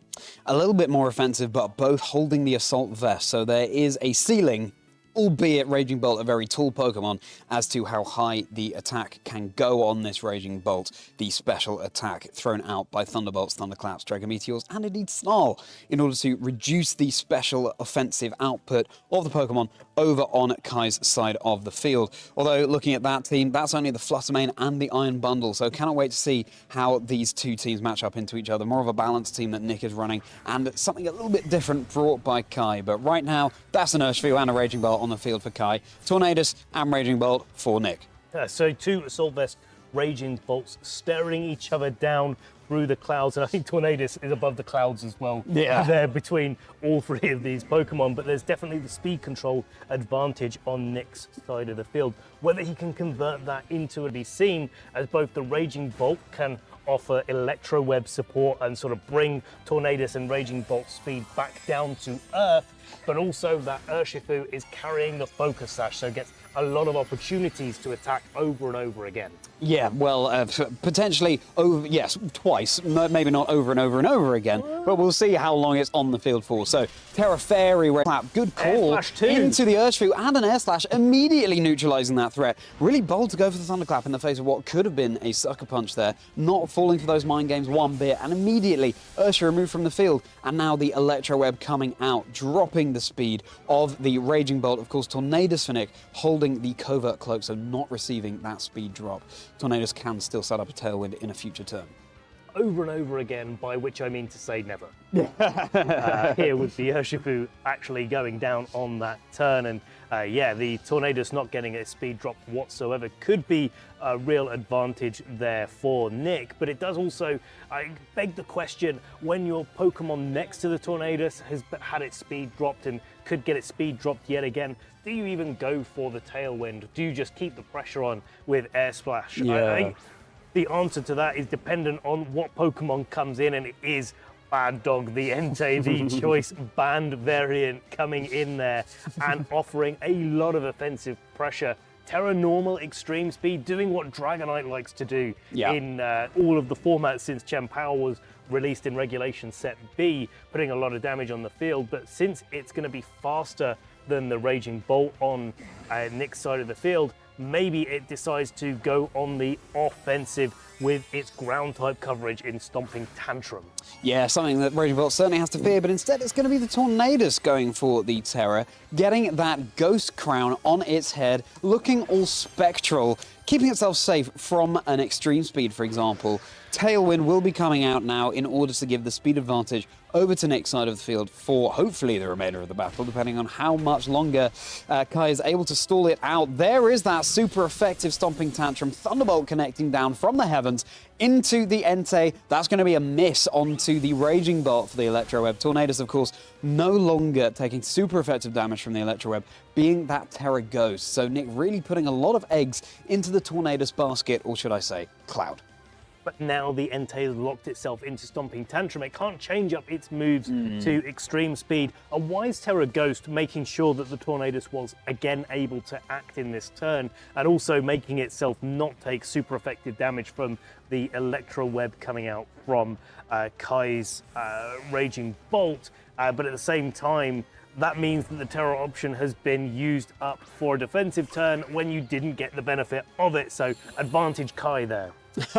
Bad Dog runs back to the kennel as Ogerpon joins the fray. Now this Sunny Day is interesting. Activating the Photosynthesis first on the opposing Raging Bolt, of course, hasn't had any Electro Web. Speed drops, both special attack booster energy variants on these Raging Bolt. Thunderclap fails into what was presumably the Ogerpon there. Oh, a double Thunderclap fail because Sunny Day is not a damaging move as well. So a bit of a neutral turn there, and Ogerpon gets in for free. You do get to prepare the Ogerpon's Ivy Cudgel doing a little bit less damage, but with Raging Bolt on Nick's side of the field, maintaining its Dragon typing, it's going to be able to take those Ivy Cudgels anyway. You're kind of a little bit worried about what sort of damaging moves Raging Bolt on Kai's side is going to be able to dish out next.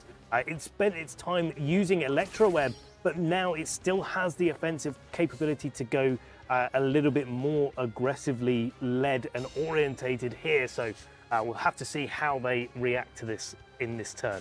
Taunt in a future turn is going to prevent the Ogerpon from going from spiky shields, but protecting on this particular turn. Electro Web is going to be taking out the Tornadus before it can taunt that Ogerpon. So that is down and out, and the speed of this Raging Bolt on Nick's side really, really dwindling now. So the early advantage went over to Nick, taking out the Urshifu, but now with two Pokemon in the back, one of which is that Landorus. That, of course, threatens Raging Bolt before or after terrestrializing into the Fairy type with its ground and poison type coverage that can be boosted by its Poison Terra type.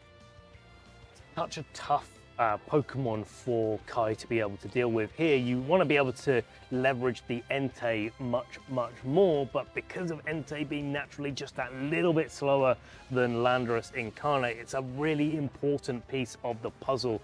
Now, you have got the opportunity here, if you're Kai, to go for those follow me's and be able to protect your Raging Bolt, which is weak to those poison type moves, but you could also just opt for trying to protect it itself. The Assault Vest, though, allowing it to hang on as a Draco Meteor replies down into the Landorus. It's a one-hit knockout. One-hit knockout onto the Landorus. They're really benefiting from that Photosynthesis boost in the sun. And now Thunderbolt responding into the Raging Bolt to secure the knockout there. So down to two Pokemon apiece. It's going to be Ogerpon, Wellspring, and Entei over on Kai's side of the field, and Raging Bolt alongside, I believe it was the Fluttermane in the back for Nick. Now that's going to be benefiting from the Photosynthesis boost in the sun as well. So we're really winding back the clocks here, trainers, going back to the past as Nick tries to write their own future.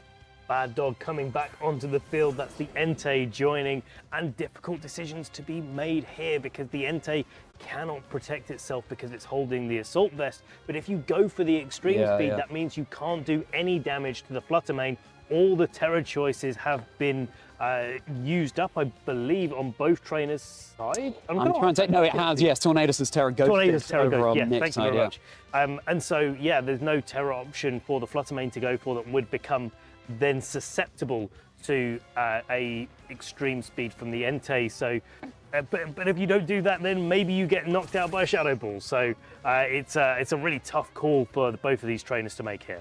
Well, first, it will be the extreme speed going off by Entei. Really bold call, given that it can no longer hit the Flutter Mane. So Kai is going to be putting a lot of focus onto the Ogerpon to try and deal with it, albeit in the sun. It does have the grass-type move of choice being Horn Leech, so not as effective as something like a Wood Hammer.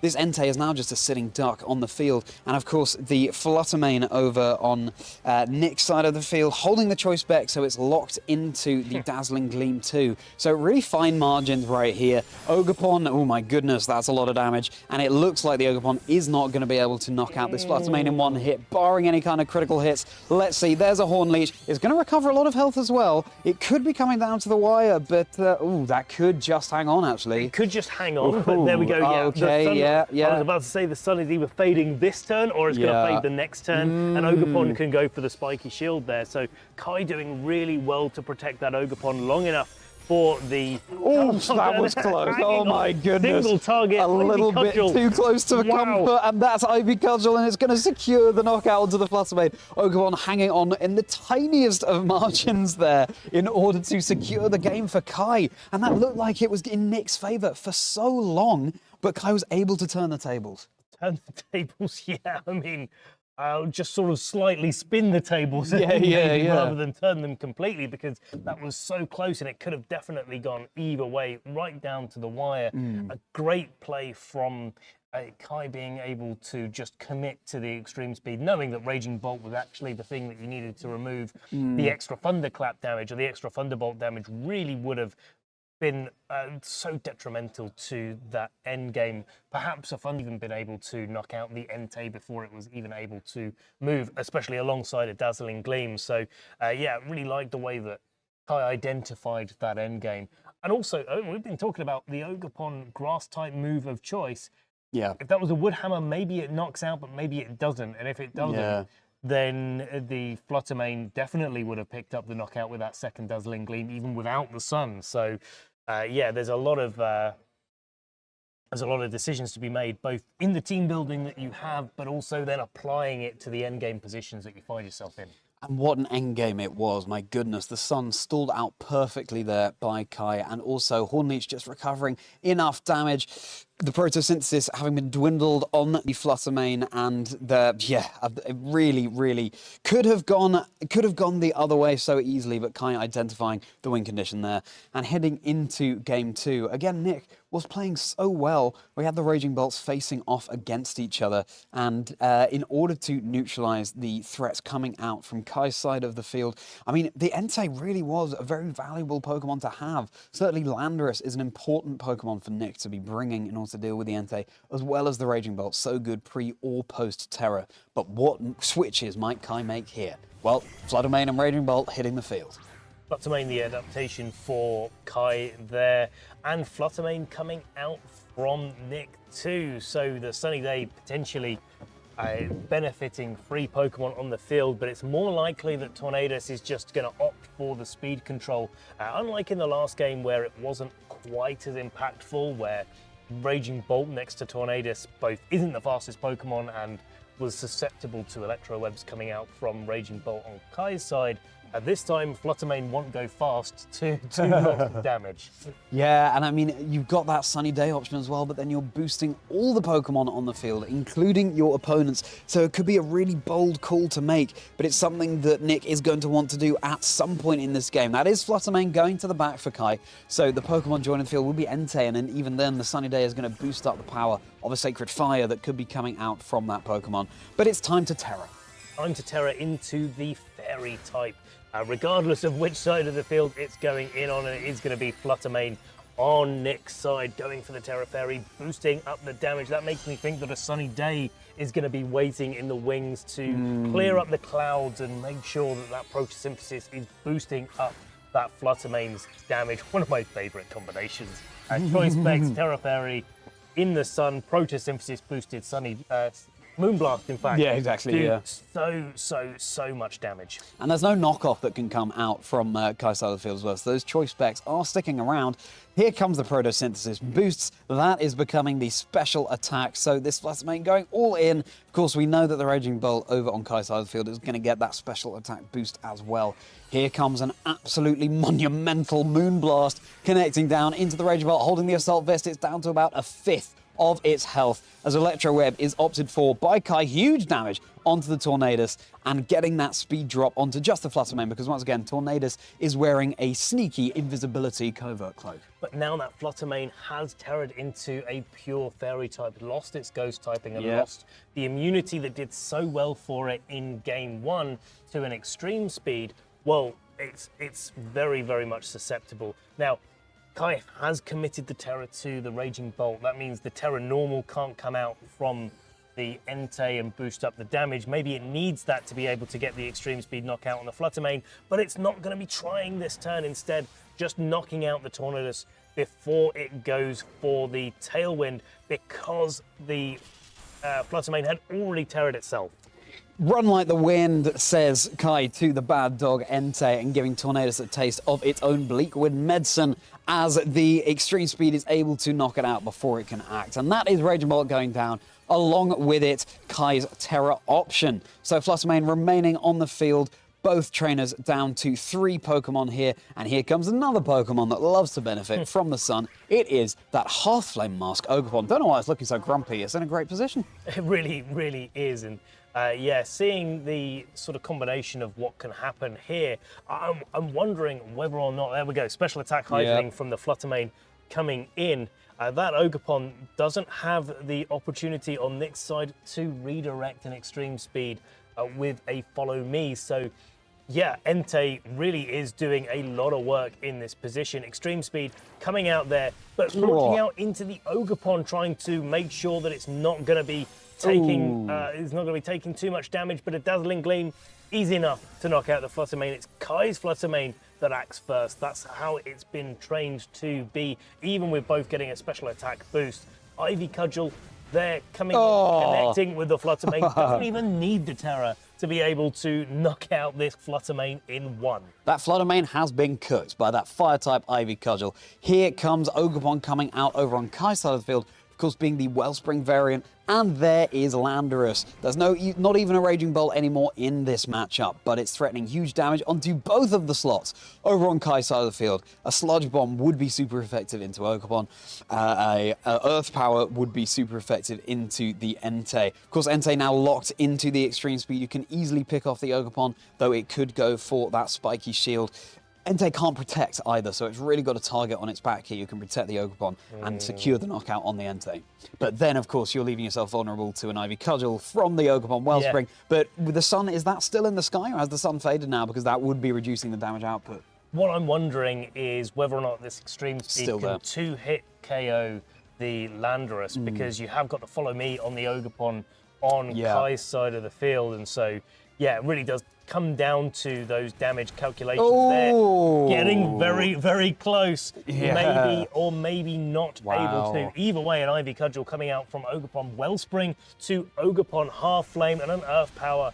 Nick calling it absolutely correctly, getting the Earth Power into the Entei, knocking it out in one, and setting himself up to 2v1 this Ogerpon in the sun. Really interesting decision there to actually go for the Ivy Cudgel into the Ogerpon rather than the extreme speed, freeing up Nick's side of the field to act. Now it's time for Kai to take a little bit of reflection time, working out the game plan potentially heading into game 3. The sun's still in the sky, but it will probably be fading on at this very turn, so the Ivy Cudgels won't be boosted so much over on Nick's side of the field, but still you've got the Sludge Bomb there as well, and the Terror has been spent. So here he goes. How is this Ogerpon going to be able to deal with these threats? It's down to about a third of its health. Here comes the responding Ivy Cudgel onto the Landorus, and it's down and out. So seems like it's the faster Ogerpon over on Nick's side. Mind games, perhaps. Maybe not. I mean, maybe they're trained to be the same speed. They're both outspeeding the Landorus there, which means that they could be trained to be as fast as they possibly can be, or at least they're in the same small window of speed here that it's above Landorus, and up to the fastest they can be trained. And so, yeah, this could come down to a decision between these two trainers. Congratulations to Nick. So we're heading to a game 3, trainers, between Kai and Nick. Belgium versus the Netherlands here in Lanaken, and so well adapted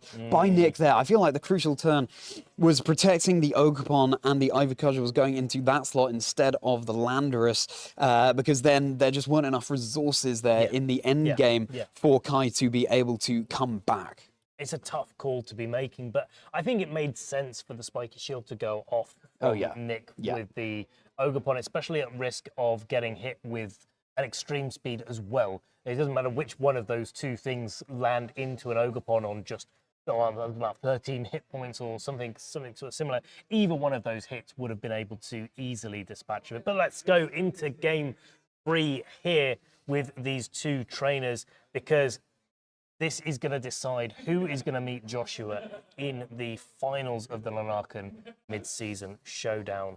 And what are you thinking? What are you thinking adaptations for either of these players going into game 3, Charlie?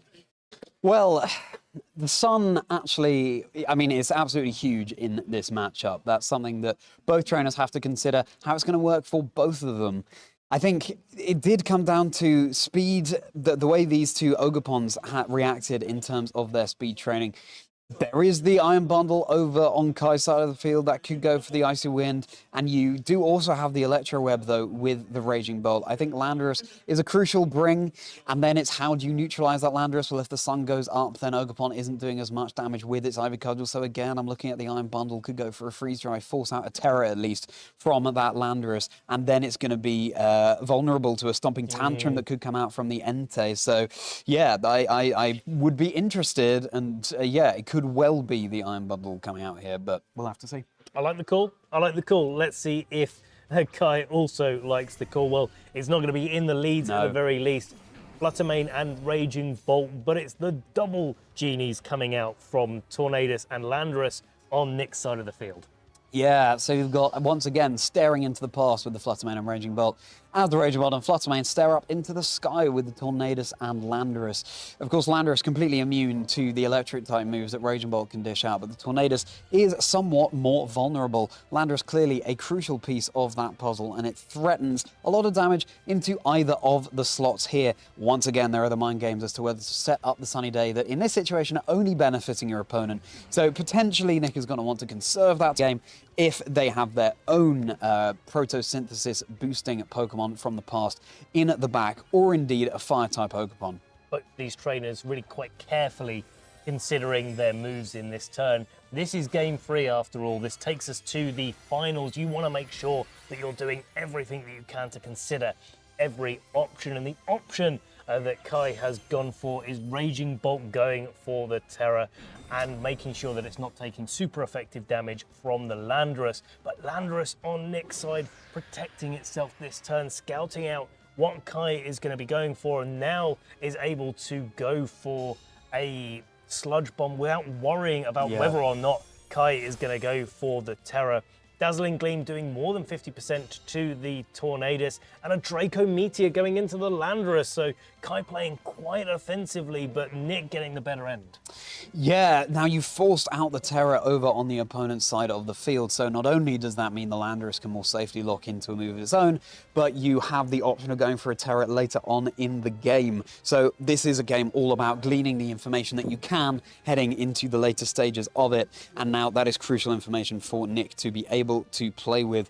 And of course, if you go for the Terror poison onto the Landorus, as Nick seems to be doing, you are then making yourself vulnerable to electric type moves, but who cares about that if you're going to be able to knock out the Raging Bolt on this very turn. It is carrying the Assault Vest, but of course Landorus, sheer force is the ability, holding the Life Orb, is able to dish out huge damage as it has been doing throughout Regulation Set F. Here comes the Air Slash, followed up by a Sludge Bomb, directed into the Raging Bolt. Is it going to be enough damage? No, it's not. The Raging Bolt hangs on. And it's going to be taking that attack very, very well. Dazzling Gleam dispatching of the Tornadus, doing a little bit of chip damage to now the Poison-type Landorus that resists it. Draco Oh, is it going to hit? Yes, it is. And go down onto this Landorus. We know from previous games that it's going to do massive damage, and the Landorus has been knocked out. Raging Bolt summoning down that Draco Meteor from the heavens as high as that neck of his cranes up into the sky. Now down to the final two Pokemon. There's no longer an option to set up Sunny Day on the field. Tornadus is down, even though both of the Pokemon for Nick would benefit from it. But then again, once more, so would Kai's Pokemon here. Now the Fluttermane for Nick, carrying the Choice Specs as well. And the Ogerpon here, you spend your Terra now on the Landorus, so that option is no longer there. Of course, Raging Bolt over on Kai's side of the field, really on low health. It may well all come down to the two Pokemon that Kai has in the back. Well, the two Pokemon that they have in the front right now cannot protect themselves at all from any damage-dealing moves that Nick wants to go for, and especially since Nick is in Tailwind, he definitely needs to use that Tailwind to his advantage while he has it. Only a turn or two left, and so yeah, Kai wanting to make sure that he's not going down this turn with at least the Fluttermane getting that switch out, but oh, Nick calling the wrong slot, going for the Power Gem into the Raging Bolt, but the Entei came in on the other side instead. Certainly did, but I like the fact that now Nick is locked into the Power Gem with that Fluttermane, given that the Entei's on the field. Look at how much damage that Woodhammer did. That is a critical hit over to the Entei on Kai's side. Huge, even though it was resisted. And now what is the final Pokemon for Kai lurking in the back? Is Power Gem going to be as effective against that? Well, it's going to be Urshifu, so no, Power Gem is going to be dealing resisted damage into the Urshifu single strike. Urshifu is a Pokemon that can threaten huge offense onto the field. It's holding the Focus Sash, so you have to target it with two moves in order to knock it out. But what you've got to do is target those two moves while Extreme Speed on this Entei is looming away. And of course, let's not forget that we saw that Kai's Fluttermane was likely the faster of the two Fluttermanes in Game 2, I believe it was, as we can see Power Gem going into the... not picking up the KO here. Ivy Cudgel allowing the Urshifu actually to survive, and the Fluttermane also survives in the face of the Wicked Blow. Sacred Fire is going to be taking out the Fluttermane there. Huge, this Urshifu clearly, even though it's holding the Focus Sash, must have that little bit of bulk investment that it needs in order to try and withstand some attacks, as well as being an offensive monster. And it looks like Nick has realized there's not much they can do in this position. You can't protect in front of an Urshifu, so that's going to be the victory going over to the Belgian Kai Elst. It's going to be Belgium versus Netherlands in the final.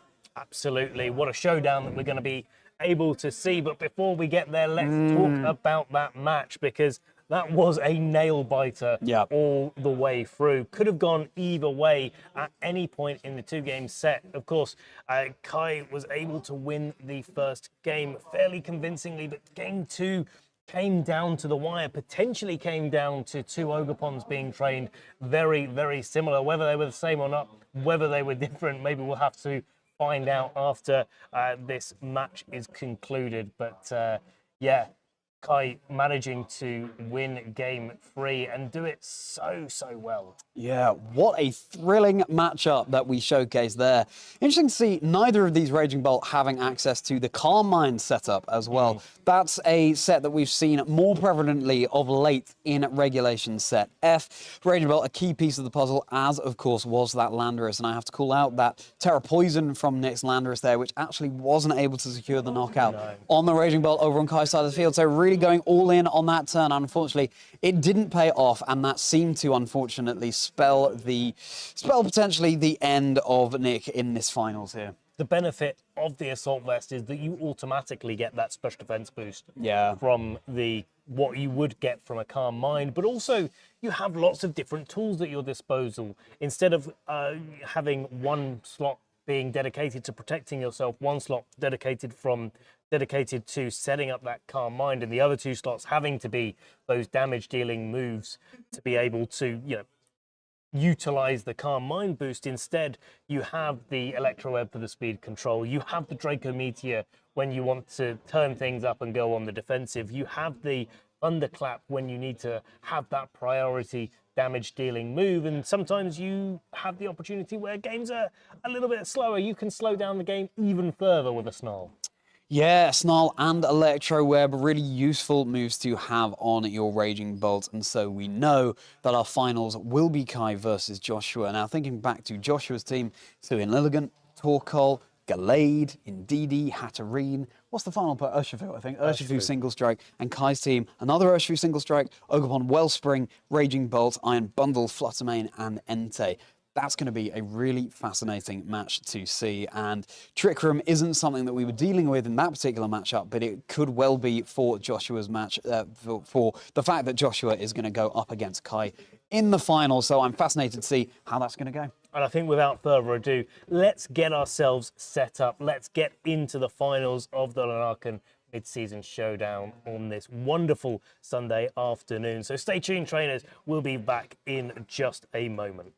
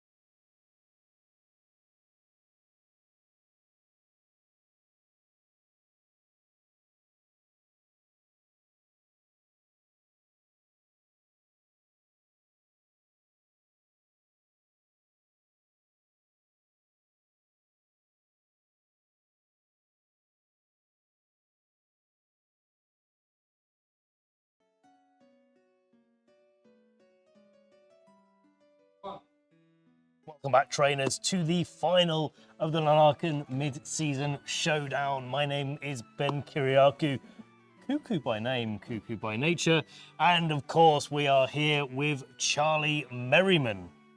Merry by name, merry by nature. Absolutely, could not be more thrilled to be here at the finals of our Lanaken mid-season showdown, and we have our fantastic trainers ready on stage. Joshua van Sandiek and Kai Els. Now, Joshua from the Netherlands, Kai from Belgium itself, of course, on home turf. And two fascinating teams, both with Pokemon that we're far less familiar with at this stage in the regulation set F metagame. Here's a little taster. Gallade, Hatterene, Hisuian Lilligant, Iron Bundle, Entei. Oh yeah. Oh yeah, indeed. And of course, on Kai's side, we've got the single strike Urshifu, the Ogerpon Wellspring, Raging Bolt, Iron Bundle, Fluttermane, and Entei. And that is a very, very cool Entei carrying the choice band that did him so well in his top 4 match. Now, Joshua made it all the way to the finals yesterday in our first mid-season showdown and was felled by Yost, who was able to pilot a similar-looking Trick Room team, just piloted it that little bit better. A quite quick matchup between these two players, and of course, looking at the matchup between our players today in the mid-season showdown, we're looking at some fast offensive pressure coming from Joshua. The question I've got is whether or not Kai is going to be able to meet it toe for toe. I'm thinking that sort of in terms of appearance, a 2-2 composition over on Joshua's side of the field. Indeed, Hatterene, that's kind of a vibe. Gallade, Hisuian Lilligant, that's kind of a vibe. But then Urshifu Torkoal, I don't think we can call them a pair, really. But anyway, a different, I guess the kind of facial expression's kind of similar. But yes, absolutely. How are these teams going to match up into each other there, the way they represent themselves aside? Well, Iron Bundle over there. So it's running Hydro Pump and Freeze Dry and Icy Wind in order to drop the speeds, but presumably Joshua's going to be angling to set up Trick Room here. I think so. That seems to be the best call right now. Of course, you do have bulkier Pokemon like the Raging Bolt over on Kai's side of the field, but in Trick Room going for massive eruptions or Gallade threatening big damage as we saw kind of the star of the show of yesterday's mid-season showdown. Is it going to be the same here now? It's carrying that clear Amulet. There isn't an Incineroar in this final, which is a very strange thing to say in Regulations ZF, but here we are. And so that clear Amulet potentially not putting in as much work as it could have done before. Where there's a Hisuian Lilligant, there can be a Sleep Powder, and there are no safety goggles over on Kai's side of the field. But there is the Ogerpon, which of course is part Grass type. That's not going to be put to sleep unless it terastallizes. Well, let's see. We're getting into game 1 here at the finals of the Lanaken mid-season showdown. Let's go. It's Gallade back onto the field. It won the mid-season showdown yesterday, paired up with the Indeedee, of course, setting the Psychic terrain, but it's all-out offense coming from Kai's side of the field this turn. Entei coming out, Raging Bolt coming out, putting on a lot of pressure. Entei, of course, carrying the choice band, and I'm wondering, between them, is it enough to be able to knock out the Indeedee this turn? Kind of take away the ability for Joshua to go for that redirection, so you kind of have to trade, if you're Joshua, redirection for getting the Trick Room up, bringing in one of your offensive Pokemon, but does it have enough to be able to knock out the Raging Bolt in the mid stages of this game? We'll have to see. Well, you certainly can't go for an extreme speed on turn 1 with that Psychic terrain set up. Is Ogerpon joining the field instead of Raging Bolt? Indeed, it is going to be doing what it tends to do best, going for the follow me, becoming the center of attention. It loves to be in that position in the spotlight. Here comes Sacred Fire. It does get the burn, so that Indeedee is now on a timer here on the field. Its health whittling away. Gallade free to set up that Trick Room, and given the Pokemon currently out for Kai on the other side of the field, it's loving being there. It really, really is. Gallade's Psycho Cut is going to be doing so much damage. Ogerpon can't even Terror in this situation like it can against a Hatterene, like it can against a Torkoal, to improve its special defensive capabilities against this physical Gallade. And of course, now that we've seen that the Entei is locked into Sacred Fire, and that can now be redirected into the Indeedee, it looks like Gallade has its pick of knockouts. Now, Entei cannot protect itself because of the choice band. So it's an open target here, almost open season for this Gallade going into this turn. But Hatterene will be the switch-in of choice here. Hatterene joining the Psychic Terrain. Sacred Sword looking sharp into Entei. Sacred Fire is going to be connecting into Gallade enough to secure the one-hit knockout, as offensively threatening the Gallade is, its defenses cannot have the same said for them. Ivy Cudgel connecting down into the Hatterene. That's a huge amount of damage as well. Even though we're in Trick Room, Kai seems to be able to just brute force their way through it. Well, that Entei has been very well trained, and I'm just wondering if I'm doing the calculations wrong, whether or not Psycho Cut would have been more damage in the Psychic Terrain. I think it would have been. Yeah, and should have been. Would have been enough to pick up the knockout. Maybe predicting an Urshifu switch in, for example. That's it. That's what you've got to be always aware of in these sort of games. You have to be precise. You have to be targeting in the damage that you're doing. So yeah. Even if Psycho Cut would have been able to knock out the Entei, maybe it was the correct call. But now the Hatterene is the main damage-dealing Pokemon of choice. I say that, thinking that the Urshifu is not going to do damage as well. But that does mean that there is more advantage for the Ogerpon now to go for a Terra Water and start dishing out big Ivy Cudgels that way. Not this turn, however. Oh my goodness, look at that expanding force. Of course, secures the knockout onto Entei. Ogerpon brought down incredibly low, even though terrestrializing could have given it that boost to its special defenses, but close combat just going to neutralize that threat anyway, so a good call not to go for that. That Urshifu taking a drop to its defenses and special defenses, and this is not a focus sash variant. It is holding the choice band, and so that could well come into play later on in the game if it's able to be dealt with in one hit. But there is still a huge amount of Trick Room turns remaining on the field as Urshifu and Raging Bolt join the fray. Now, Raging Bolt is one of the slower Pokemon, and it's certainly a bulkier Pokemon, so this now has to be the focus for Joshua to deal with, amply supported by the Urshifu single strike of Kai's own. Now, I'm thinking whether or not this Raging Bolt is going to be able to knock out this Urshifu in one, given that the Urshifu has had a defense and special defense drop from the close combat. Yeah. If that's the case, Urshifu on Kai's side of the field is carrying the focus sash, so Hatterene isn't going to be able to knock it out in one. Almost certainly the Raging Bolt would be the slower between Urshifu and Raging Bolt, and so in Trick Room would be hitting first. If that's not the case, then this Urshifu on Joshua's side of the field gets a little bit more of an opportunity to attack, but we'll have to see how exactly that plays out as we start the turn with Raging Bolt going for its Terra Fairy. Raging Bolt loves the Terra Fairy. Look at that heart on top of its head in the clouds. That's going to be Detect coming out from Kai's Urshifu now. So now this Raging Bolt is so much better prepared against the Urshifu single strike, but it does have access to Poison Jab over on Joshua's side of the field. The same cannot be said for Kai's. So there's a little bit of chip from the Dazzling Gleam. Of course, that could have been huge damage onto the Urshifu over on Kai's side of the field. The Life Orb chip isn't enough to pick up the knockout onto the Hatterene, nor is the follow-up Snarl. Of course, close combat going through the Protect, bringing down the Urshifu over on Kai's side of the field to its focus sash. So that really is an opening now for Joshua to capitalize on. I think so, yeah. I think there was definitely an opportunity for the Raging Bolt to go for the Draco Meteor there, go a little bit on the defensive. Maybe Kai thinking that the Snarl would be enough after the chip of Life Orb, that damage that Hatterene took there. So you go for the Terra Fairy, you make it so that close combat is not going to be doing very effective damage on this turn.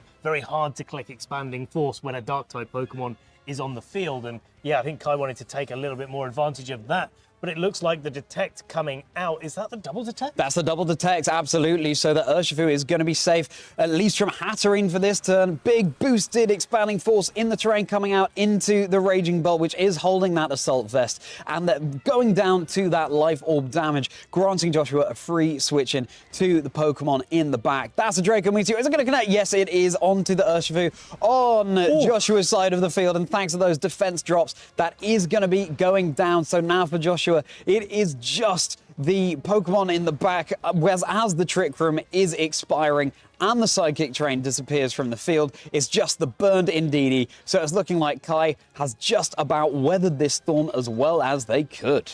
Really, really well played there, going for the more offensive move a little bit later on. Of course, worth noting that that double detect didn't actually make any impact whatsoever because the expanding force, rather than the dazzling gleam, came out from the Hatterene before it in fact fainted. So yeah, really nice way for Kai to be able to navigate their way through that game. And looking a little bit back through how we got to the end of that game with Kai winning, I know Kai wasn't very confident in this matchup going into the finals, but it really was that decision to dig your heels in and keep that Entei on the field and use its Sacred Fire to be able to knock out that Gallade.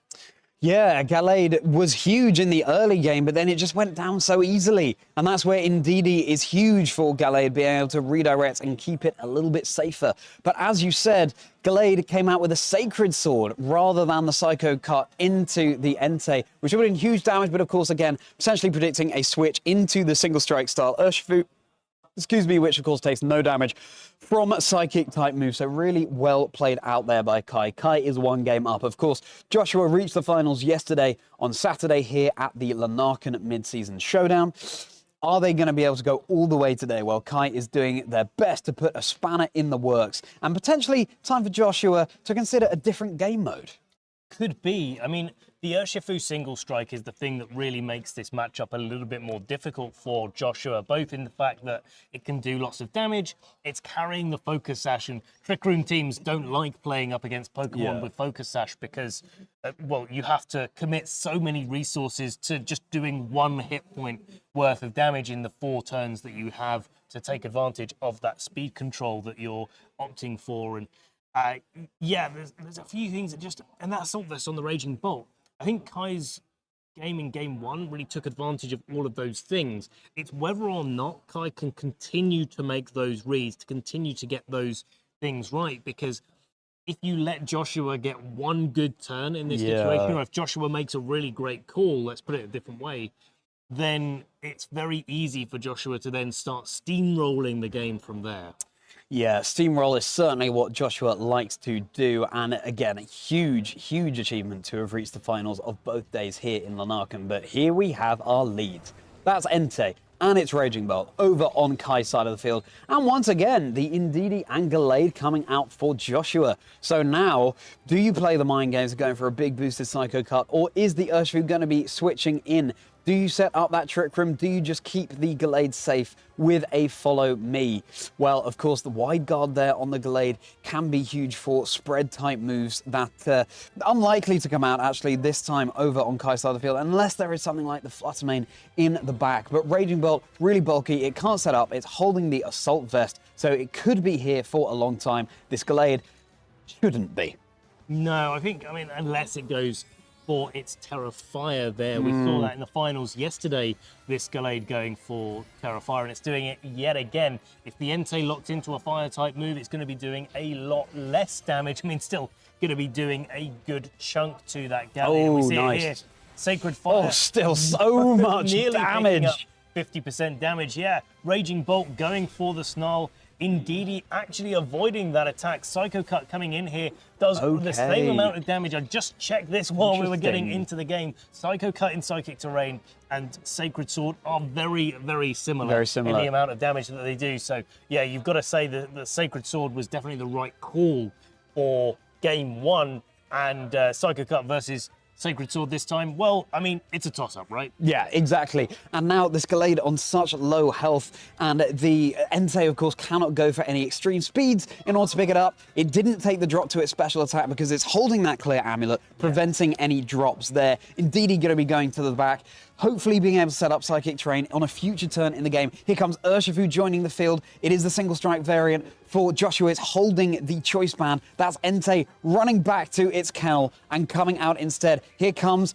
Kai's own Urshifu. So they're staring each other down, these bears, from across the weird terrain. A huge Sacred Sword call into that slot, bringing Urshifu down to the Focus Sash. And yeah, that's a really big call to be making there. Draco Meteor coming out from the Raging Bolt. Gallade avoiding the attack and not taking any damage whatsoever. That Gallade is going to be sticking on the field for one more turn. Now the Urshifu is staring down the other Urshifu. Well, you can't protect against an Urshifu. Single strike or rapid strike, doesn't matter, the moves go through. And so a Wicked Blow or a close combat, depending on how Joshua wants to play this, into that 1 HP Urshifu. No priority because, of course, of that psychic terrain. And Gallade gets to launch a Sacred Sword, or in fact a Psycho Cut in this case would be a little bit better against the Raging Bolt that could Terra, as it looks like it is, into that Terra Fairy. It's once again Terra Fairy, the Pokemon of choice for Kai, into the Raging Bolt. Now, Kai's Raging Bolt is only running Draco Meteor as its big non-priority damaging move, hence having to lock into that to secure the knockout onto the Gallade, but of course it missed. Already brought down to such low health by the Urshifu there, or by Gallade there, Wicked Blow connecting down into Kai's Urshifu in order to pick up the knockout. Again, a very excessive Wicked Blow for just that 1 HP, but secure the knockout, it certainly does. This is a dynamic, fast-paced game, trainers, and we're on the edge of our seats. This Gallade is also on the edge of its seat right now because it's right on the edge of being knocked out. Of course, the Draco Meteor would have done that before, but the extra damage this Gallade is going to be able to put out because that Draco Meteor didn't connect is absolutely phenomenal. 2-hit KOing this Raging Bolt, and now Ogerpon joining the fray, going to have to decide for Kai whether or not he wants to go for the Follow Me. That is what has been locked in. Take away the damage-dealing moves from the Raging Bolt, but this time the Draco Meteor going into the Urshifu, it hasn't launched a close combat, so it can take it. A bulkier Urshifu being run by Joshua, taking that Draco Meteor. Wicked Blow connecting down to secure the knockout onto Ogerpon. Right now, it seems like Gallade and Urshifu are best buddies, and they certainly complement each other. Psychic fighting paired with dark fighting, those two opposite types there, as Entei is going to be joining the field. It's still on such low health from earlier, but look at that. Joshua has all 4 Pokemon remaining, albeit the Urshifu and Gallade are on such low health, but deciding to just go on the slice and punch mode of playing.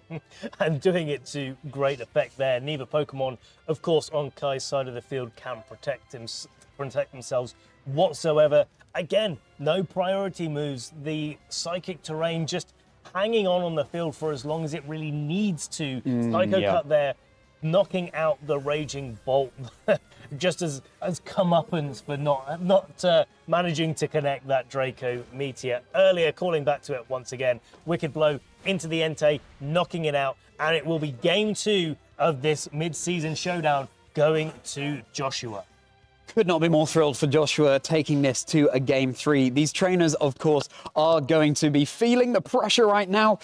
This is it. All comes down to this one game between Joshua and Kai, between the Netherlands and indeed Belgium. Joshua having reached the finals yesterday, can they go all the way this time? Now, you can completely switch up your game plan if you are Joshua, because you have access to this Hisuian Lilligant mode that we saw come up so huge in the top 4 match that we featured from Joshua. But then, if you're dealing with something like a Sleep Powder, that can always miss. You could switch in an Ogerpon or something in order to soak up that Grass-type move. Solar Blade did huge damage earlier as well, but then so did Close Combat. It's 100% accurate. You've also got After You, and then there's Torkola to set up the Sun, that boosted, activating the Chlorophyll ability of that Hisuian Lilligant. So it might not be the most reliable mode of play, but it could be something to catch Kai off guard. You definitely, if you're going for that option, want to be thinking about the Sleep Powder into the Raging Bolt, because that Sun not only benefits the Chlorophyll on the Hisuian Lilligant, but also the Photosynthesis on the Raging Bolt. And of course, the Sacred Fire on the Entei. And we know how much damage that Sacred Fire did.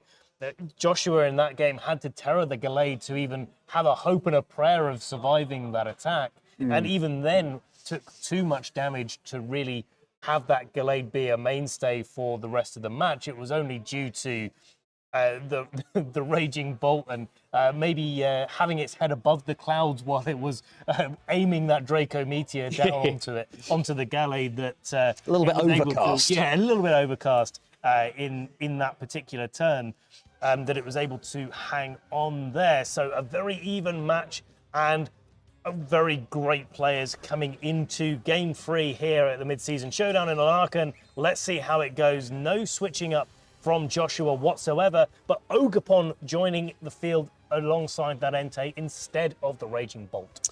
Yes, so Entei and Ogerpon there, complementing that Fire Water Grass core, all in 2 Pokemon, as Indeedee and Gallade are there as well, threatening the huge offense. It's time to go all in on the Terastallization. Immediately, trainers coming out on the Ogerpon Wellspring, so that's going to be boosting the special defense. Of course, Gallade being a physical attacker, a rare example of a Psychic type physical attacker with a physical Psychic type move. Ogerpon, however, is going to be boosting the power of its Ivy Cudgels, being a water type. Now, follow me coming out from the Indeedee for Joshua, and it is the Indeedee holding the safety goggles rather than something like a Rocky Helmet. Not that that would have activated chip damage on from the Ivy Cudgel, but Indeedee brought down to about 1/3 of its health, and the Sacred Fire is going to be finishing the job. No more redirection coming out for Joshua. What has this Gallade knocked into? It's going to be that Trick Room, paving the way for something lurking in the back. A lot of these very linear Trick Room teams that really just want to set up Trick Room and get going with the damage dealing moves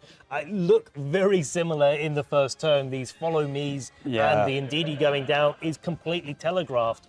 But it's what happens after that that really matters. And now that the Ogerpon has gone for the Terror, it is under less threat from this Hatterene that's joined the fray. But the Gallade, as you said, a rare example of a physical type, Psychic type Pokemon, and so does bypass that special defensive boost. Now, this is absolutely huge for Joshua, that switch into the Urshifu. Did they call it right? Did they lock in with Sacred Sword to that slot? If Hatterene is going on the offensive with a Psychic Terror boosted, Psychic Terrain boosted, Expanding Force, this Hatterene expending all of its Psychic energy, paired up with that Life Orb as well, to go for a huge chunk of damage onto the Ogerpon Wellspring. Perhaps that Ogerpon Wellspring needs to wipe those tears from its face. It's not down in one hit, but that is absolutely monumental. And there it is, the call of the Sacred Sword onto that slot, predicting